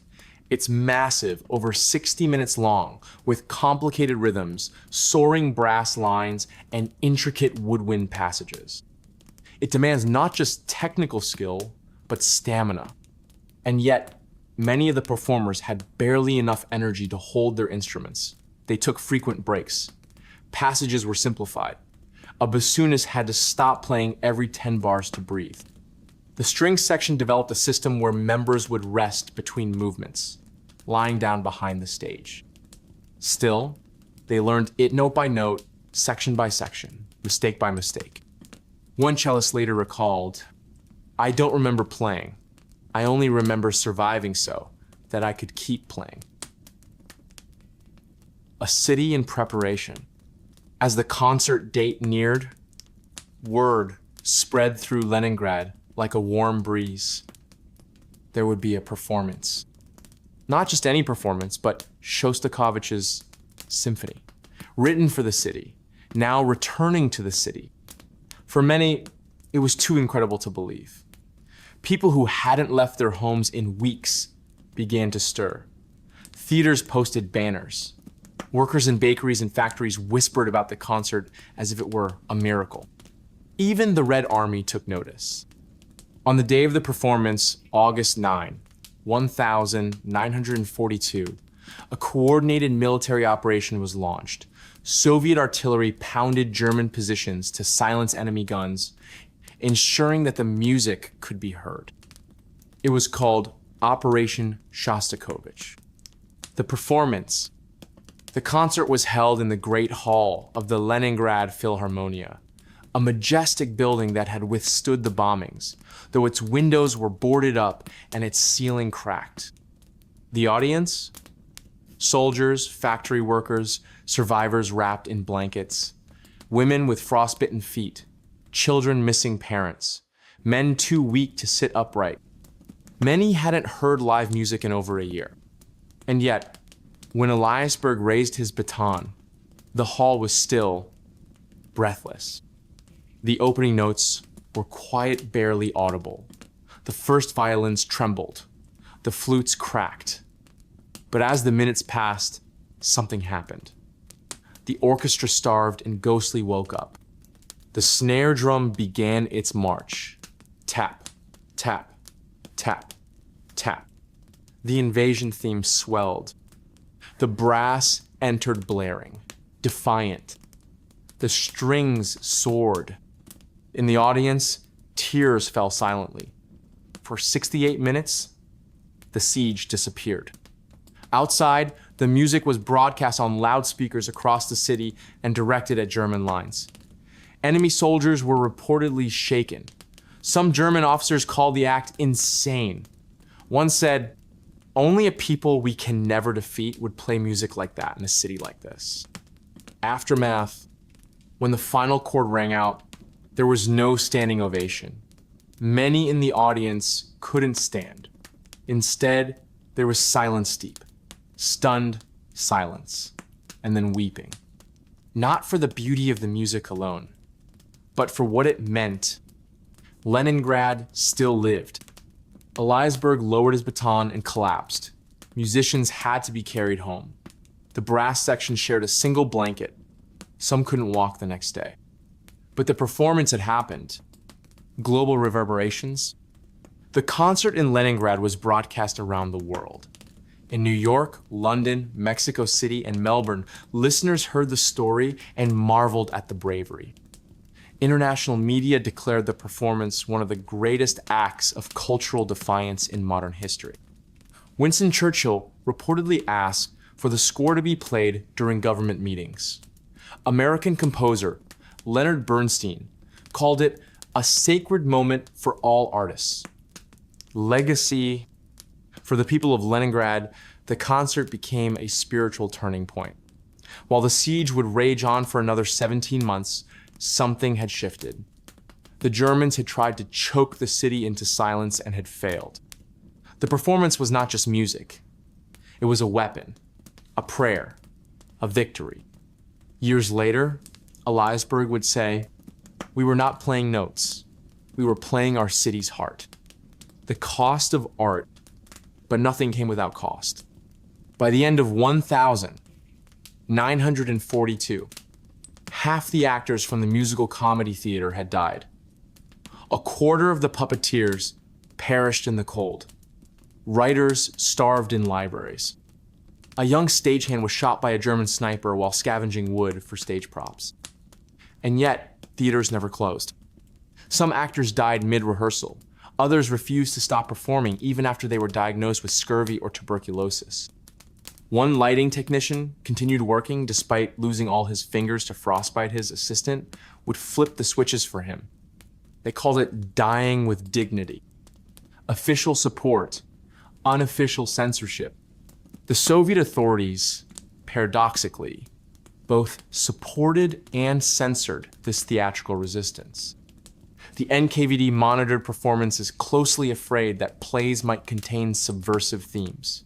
Scripts had to be reviewed. Political jokes were forbidden. The concept of suffering was allowed, but only if paired with state-sanctioned heroism. But at the same time, the government funded some productions, provided limited fuel, and even allocated extra bread rations to actors. They understood, even if grudgingly, that theater was propaganda, and propaganda was survival.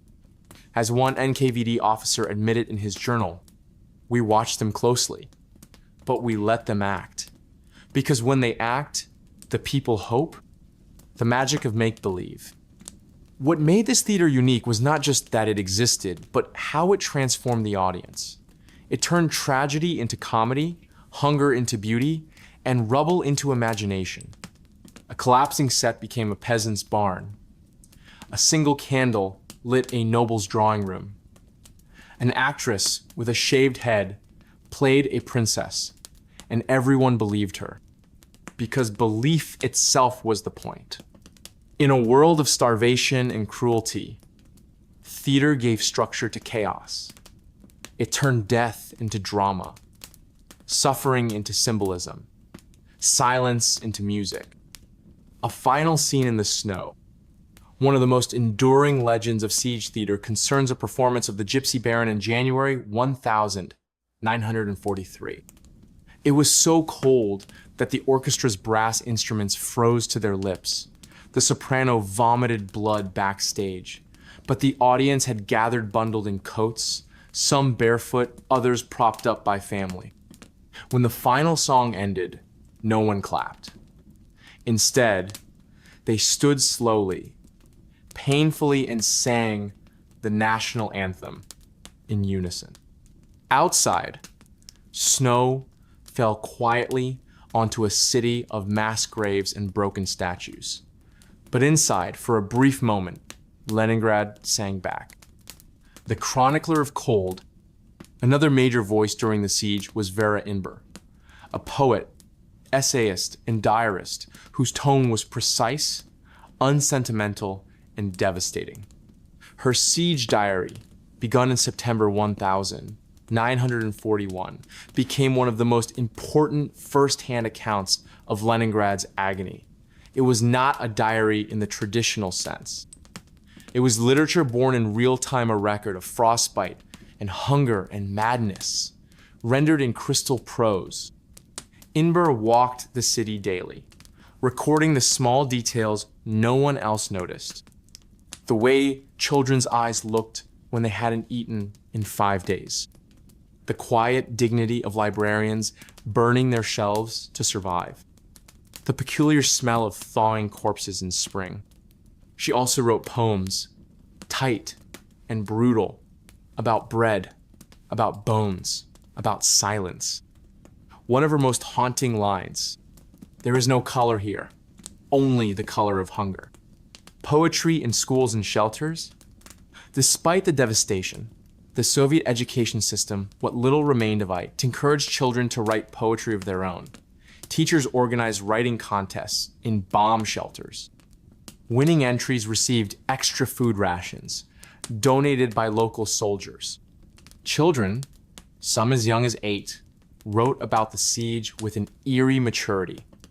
Their verses were full of metaphors they didn't yet understand. They wrote about fathers gone to war, mothers growing thin, and ice that looked like tears. One such child was Tanya Savicheva, whose diary would later become a symbol of the siege. Though not a poet in form, her simple sentences were poetry in essence. Zhenya died on December 28 at 12 noon. Grandma died on January 25 at 3 p.m. Leka died on March 17 at 5 a.m. Uncle Vasya died on April 13 at 2 a.m. Uncle Iosha died on May 10 at 4 p.m.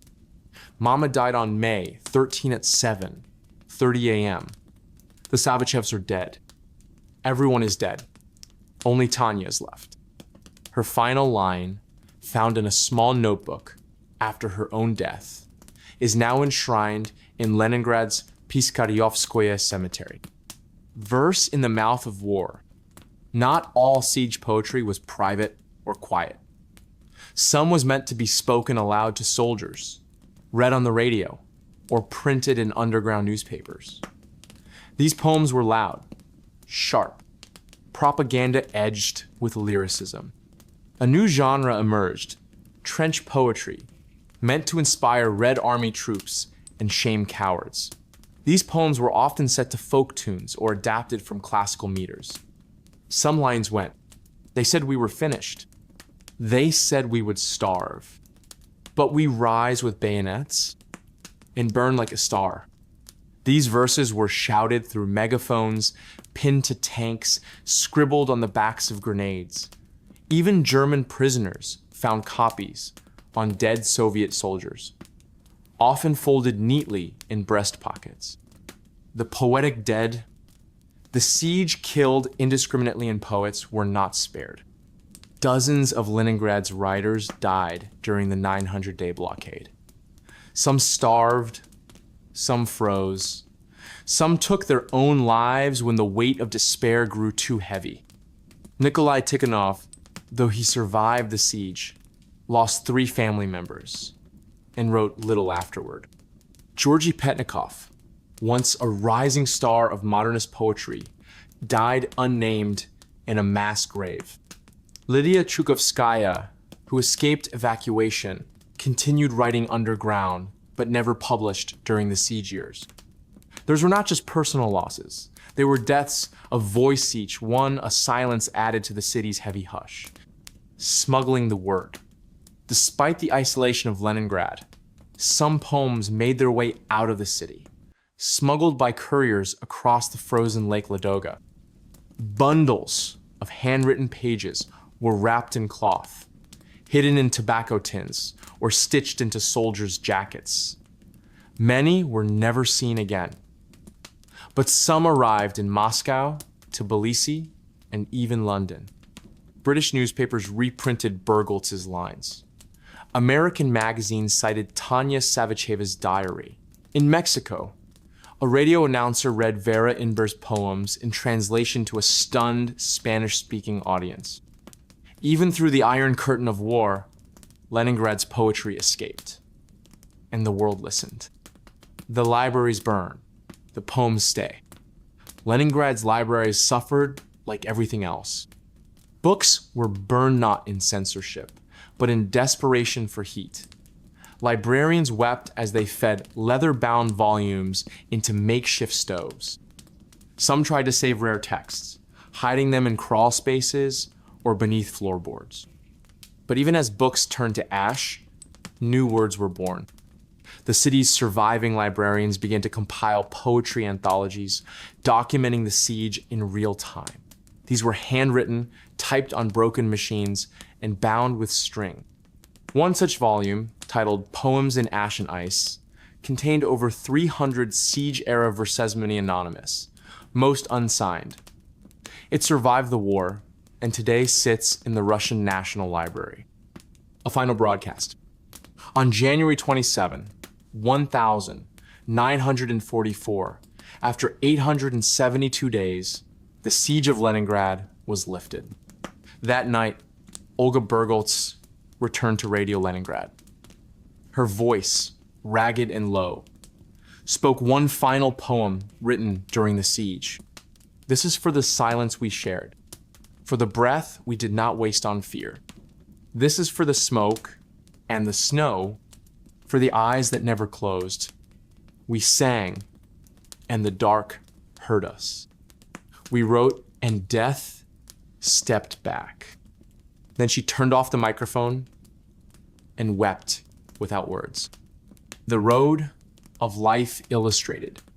The road of life the treacherous path across frozen Lake Ladoga used to evacuate people and bring supplies, became a subject of particular artistic focus. Artists sketched convoys of trucks creeping over the ice, planes dropping flour from above, mothers clutching children in sleds, and enemy shells exploding in frozen water. One painting by Alexei Shaleyev showed a line of people trudging across a snow-swept lake, their forms barely visible. The title was, "We Walk Where Angels Fear." This image was reproduced widely in the final year of the siege, appearing on postcards sent to soldiers and printed in newspapers across the USSR. After the guns fell silent, when the siege was lifted on January 27, 1944, the city's surviving artists began to document not just the siege, but its aftermath. Burned libraries, mass graves filled with neighbors and strangers alike, children playing beside ruins, pretending not to remember the hunger. Many artists were called upon to document the siege officially, producing large-scale works for state museums. While some created idealized depictions, others insisted on brutal honesty. The paintings that emerged in the years after the war weren't just images. They were memorials in oil and ash. Legacy on canvas. Today, the Siege Art Archives in St. Petersburg, formerly Leningrad, hold thousands of works created during the blockade. Many remain fragile, faded, and unknown to the world. And yet, these drawings and paintings crafted in the cold, with trembling hands and dying bodies, remain among the truest documents of human endurance ever made. Because the artists of Leningrad did not simply reflect the siege. They fought it with pencils instead of rifles, with posters instead of bullets, and with vision instead of despair. They painted not for beauty, not for posterity, but so the soul of the city could see itself and survive. Shelves, seeds, and sacrifice. Cultural institutions under siege. In a city swallowed by war, where survival often meant choosing between bread or breath, the idea of preserving books or seeds may seem absurd. But in Leningrad, culture was not a luxury, it was a necessity. And the institutions that housed that culture became sanctuaries of memory, hope, and identity. While bombs flattened buildings and hunger turned neighbors into specters, librarians guarded manuscripts like soldiers. Archivists bundled Dostoevsky's letters with trembling hands.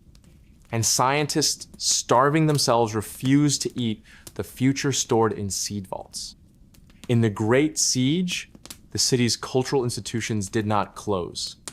They simply transformed into citadels defending not just the past, but the idea of a future worth living for. The libraries, shrines in the snow. Even at the height of the siege, when Leningrad's infrastructure had all but collapsed, its libraries remained open. The largest and most iconic was the Russian National Library on Sadovaya Street. Before the war, it was home to over 13 million books, rare manuscripts, and priceless historical texts. But during the blockade, it became something else entirely. A shelter, a classroom, a hospital, and a church of the written word. Despite having no heat, no electricity, and barely any staff, the reading rooms welcomed citizens too weak to stand. They came wrapped in rags, wheeling themselves in on sleds, some unable to speak from hunger. They came not for warmth, but for words, because books could still offer something the city itself had almost lost. Continuity, meaning dignity. Maria Volkova, the keeper of pages. At the heart of this effort was Maria Volkova, the deputy chief librarian. A quiet, meticulous woman with sharp cheekbones and a scholar's memory, she led a skeleton crew of librarians, most of whom were malnourished, some barely alive. Under her guidance, valuable manuscripts were moved into sealed vaults and basement corridors. Medieval texts were cataloged and rewrapped to protect them from moisture. And when there was nothing left to burn for warmth, She insisted they burn furniture, not books. One day in January 1942, as temperatures dropped to 30 degrees Celsius, an assistant suggested burning a damaged volume of a 19th century encyclopedia to survive the night. Volkova responded, "Better we freeze with wisdom than survive in ignorance." She eventually died of starvation in April 1942, her final journal entry, a list of rare folios still unaccounted for. The Pushkin House, literature under lock and key. A short walk from the Neva stood the Pushkin House, home to the Institute of Russian Literature. Inside were the original manuscripts of Russia's greatest writers, Pushkin, Gogol, Tolstoy, Dostoevsky, Turgenev, Akhmatova names etched into the Russian soul. When the siege began, Institute Director Boris Tomaszewski and his team made a choice. They would stay. They spent weeks fortifying the building, boarding up windows, reinforcing the basement vaults. Staff members moved in full time, sleeping between the stacks and standing guard over manuscripts with rifles. They created intricate rotation schedules. Night guards patrolled the corridors with flashlights, watching for fires or roof collapses. Archivists worked by day, cataloging everything they could before the cold made their fingers stop working. Poets read aloud in the evenings, sharing Akhmatova's banned verses by memory, huddled around paraffin lamps. The Pushkin House didn't just preserve literature. It lived it. The scientists who starved for seeds. Perhaps the most tragic and extraordinary story of institutional courage belongs to the Vavilov Institute of Plant Industry and Agricultural Research Center, located on the Moika River embankment. Before the war, this institute held the world's largest collection of seeds, grains, and tubers 20, zero varieties from 40 countries. It was the life's work of botanist Nikolai Vavilov, who had traveled the globe to preserve biodiversity and prevent famine. Ironically, by the time the siege began, Vavilov himself was in a Soviet prison, arrested during Stalin's purges for opposing Lysenkoist pseudoscience. But his staff, they remained behind. And they did something that defies all logic. They starved to death rather than eat the seeds. 12 martyrs for science. By the end of the siege's second winter, 12 scientists had died guarding the Institute's collection. Among them, Dmitry Ivanov, who protected 40 kilos of rice stored beneath his bed, untouched. Alexei Shukin, who died surrounded by sacks of potatoes, each tagged with its varietal origin. Elena Barilina, who lived on 100 grams of bread per day while sleeping beside 400 species of lentils. None of them broke. Not one. As a later biographer wrote, "In a city eating rats and glue, they died with full pantries because the future was more important than the present. Museums without exhibits." Most of Leningrad's major museums were evacuated early in the war. Over 1.1 million artifacts, paintings, and historical objects were sent eastward to the Urals and Siberia. But the buildings stayed, and the people stayed, and the idea of the museums stayed. At the Ethnographic Museum, curators gave lectures without objects. A tour guide would stand before an empty case and describe, "Here was once the robe of a Tatar Khan. Note the stitching. Imagine the blue silk." Audiences came anyway. Sometimes the description was all that stood between them and despair. At the Museum of the Arctic, a meteorologist gave weekly talks about past polar expeditions. Children sat in blankets, listening to stories about frostbite and bravery in far-off lands while their own fingers turned blue from cold. Cultural logistics, saving the unsavable. Preservation wasn't just about storage, it was about strategy. Many librarians and curators learned to triage their collections. If the building caught fire or a bomb landed, What would they save first? At the Russian Academy of Sciences library, a wartime protocol listed priority items. 1. First editions of Pushkin. 2. Pre-revolutionary political documents. 3. Scientific papers by Pavlov and Mendeleev. 4. Church manuscripts pre-1700. Some items were buried in waterproof cases in nearby parks, while others were hidden beneath false floors. A handful were even entrusted to individual citizens ordinary Leningraders who agreed to safeguard a folio, a relic of culture in their homes. One such woman, a schoolteacher named Galina Alexeyeva, was handed a 16th century psalter. She wrapped it in oilcloth, sealed it in a shoebox, and buried it behind her stove. She lived. So did the book. Volunteers of the written word. Many of the people defending these institutions weren't professionals. They were volunteer students, janitors, artists, old pensioners. A retired math professor, Yakov Sidorov, spent the entire siege at the library's main hall, offering geometry lessons to children who wandered in from the cold. He used broken chalk and diagrams drawn in ash. A high school student named Ludmila Zhavoronkova cataloged 30 books after the chief archivist froze to death. She received no pay, no food rations, no recognition. One night, after surviving a week on melted wallpaper paste, she wrote in her notebook, "Today, I alphabetized Tolstoy. It made me feel like a person again. Books burn. Slowly.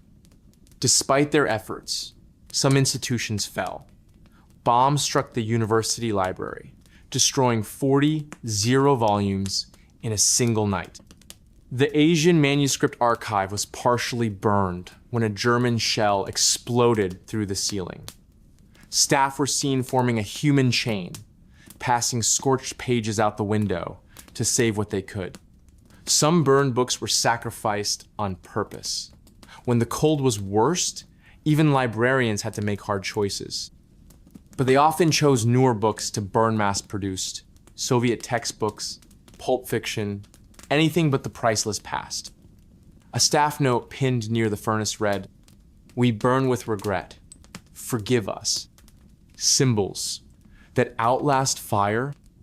To many, the survival of these institutions became a spiritual triumph. When the siege was lifted in 1944, newspapers didn't just celebrate military victory. They also published the number of books still intact, the artifacts returned to the Hermitage, the volumes saved by the Pushkin House. Leningrad hadn't just defended its walls. It had defended its soul. In one radio broadcast, a soldier named Sergei Zorin described his return to the city. "I walked past corpses. I walked past ruins. But when I saw the library lights flickering on again, I knew we had won." The legacy of sacrifice.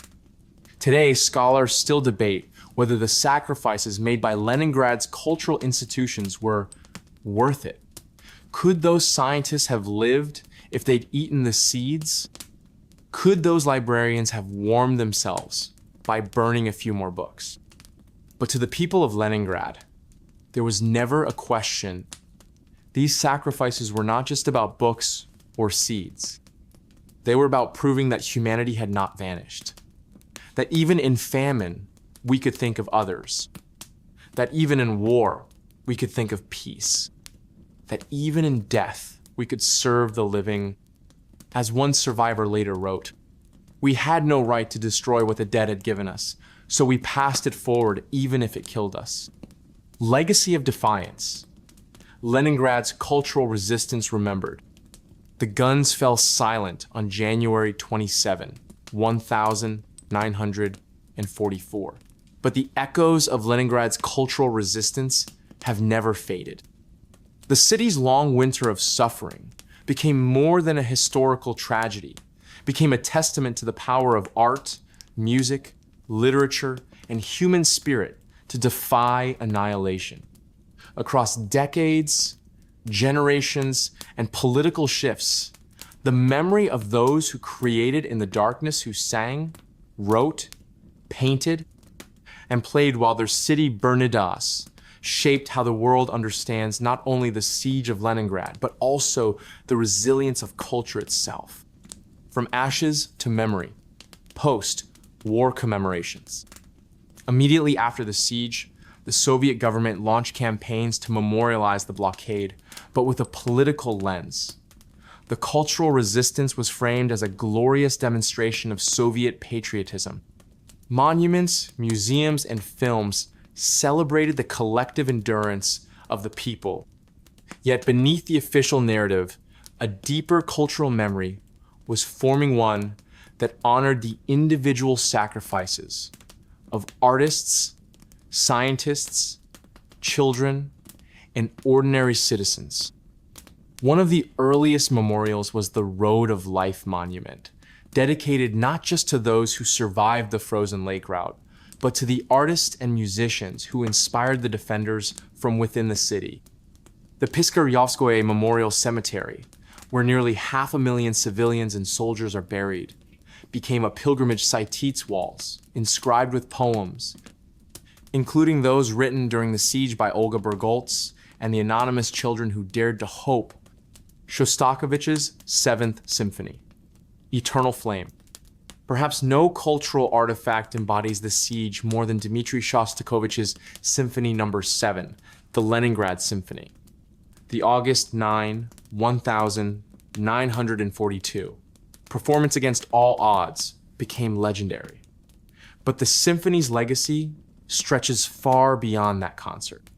After the war, it toured globally, performed in concert halls from London to New York to Tokyo, each time evoking the triumph of human will over oppression.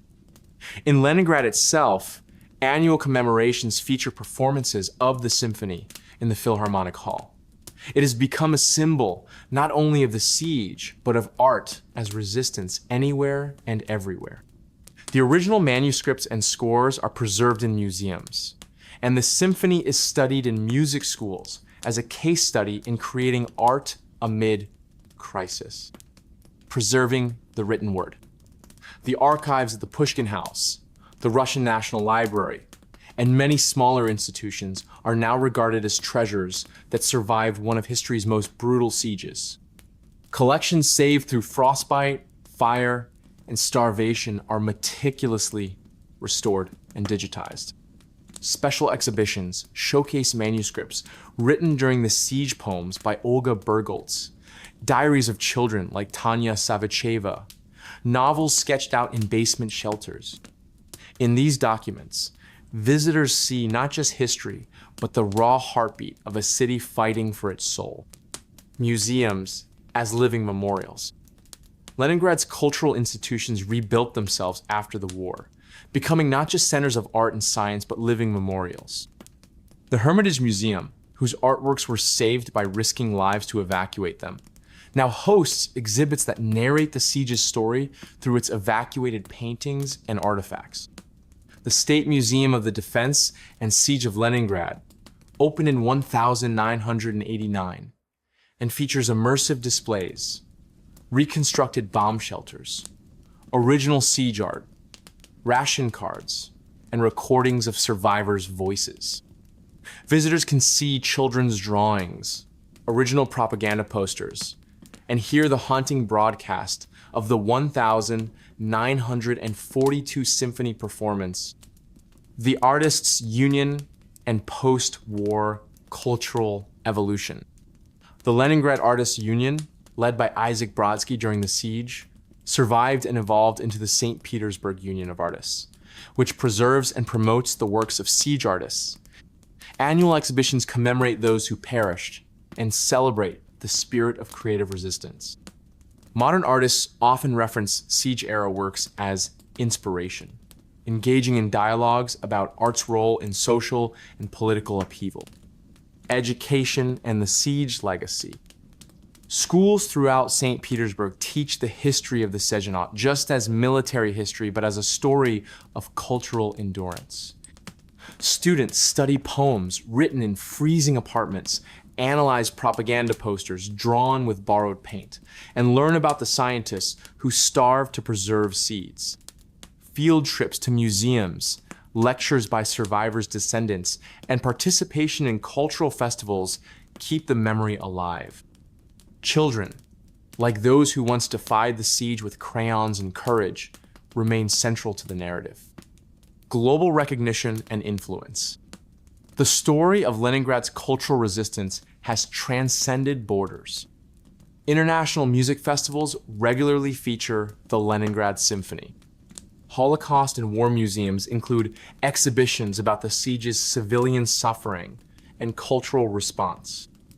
Documentaries and films produced worldwide depict how creativity became a lifeline amid siege. The siege's story also influences modern artists working in conflict zones, inspiring them to use culture as a form of resistance. Survivors' voices, testimony, and reflection. In the decades following the siege, survivors shared their stories through memoirs, interviews, and oral histories. Many emphasize the role of art and culture in maintaining hope. Olga Bergholz, who died in 1975, left behind recordings of her broadcasts and poetry, which continue to be studied. Children like Yelena Murasheva and Leonid Malkin became teachers, writers, and artists, passing on the legacy to new generations. Challenges of memory. Despite its importance, the cultural history of the siege has faced challenges. Political shifts sometimes overshadow personal stories. Loss of original materials due to decay or mishandling. The danger of mythologizing rather than understanding the siege's full complexity. Yet, efforts continue to ensure that the human stories behind the art are not lost in grand narratives. A city's soul, unbroken, Leningrad, now St. Petersburg, stands today as a vibrant cultural capital. Its theaters perform the classics once again. Its galleries brim with contemporary art. Its libraries and archives are rich with stories. But the legacy of the siege remains etched in every street, every building, every museum. As Olga Bergholz wrote in her final poem, "We sang, we wrote, we lived, not for ourselves, but for those who will come after." The city's culture was its weapon, its shield, and its heart. And through it, Leningrad's soul refused to die.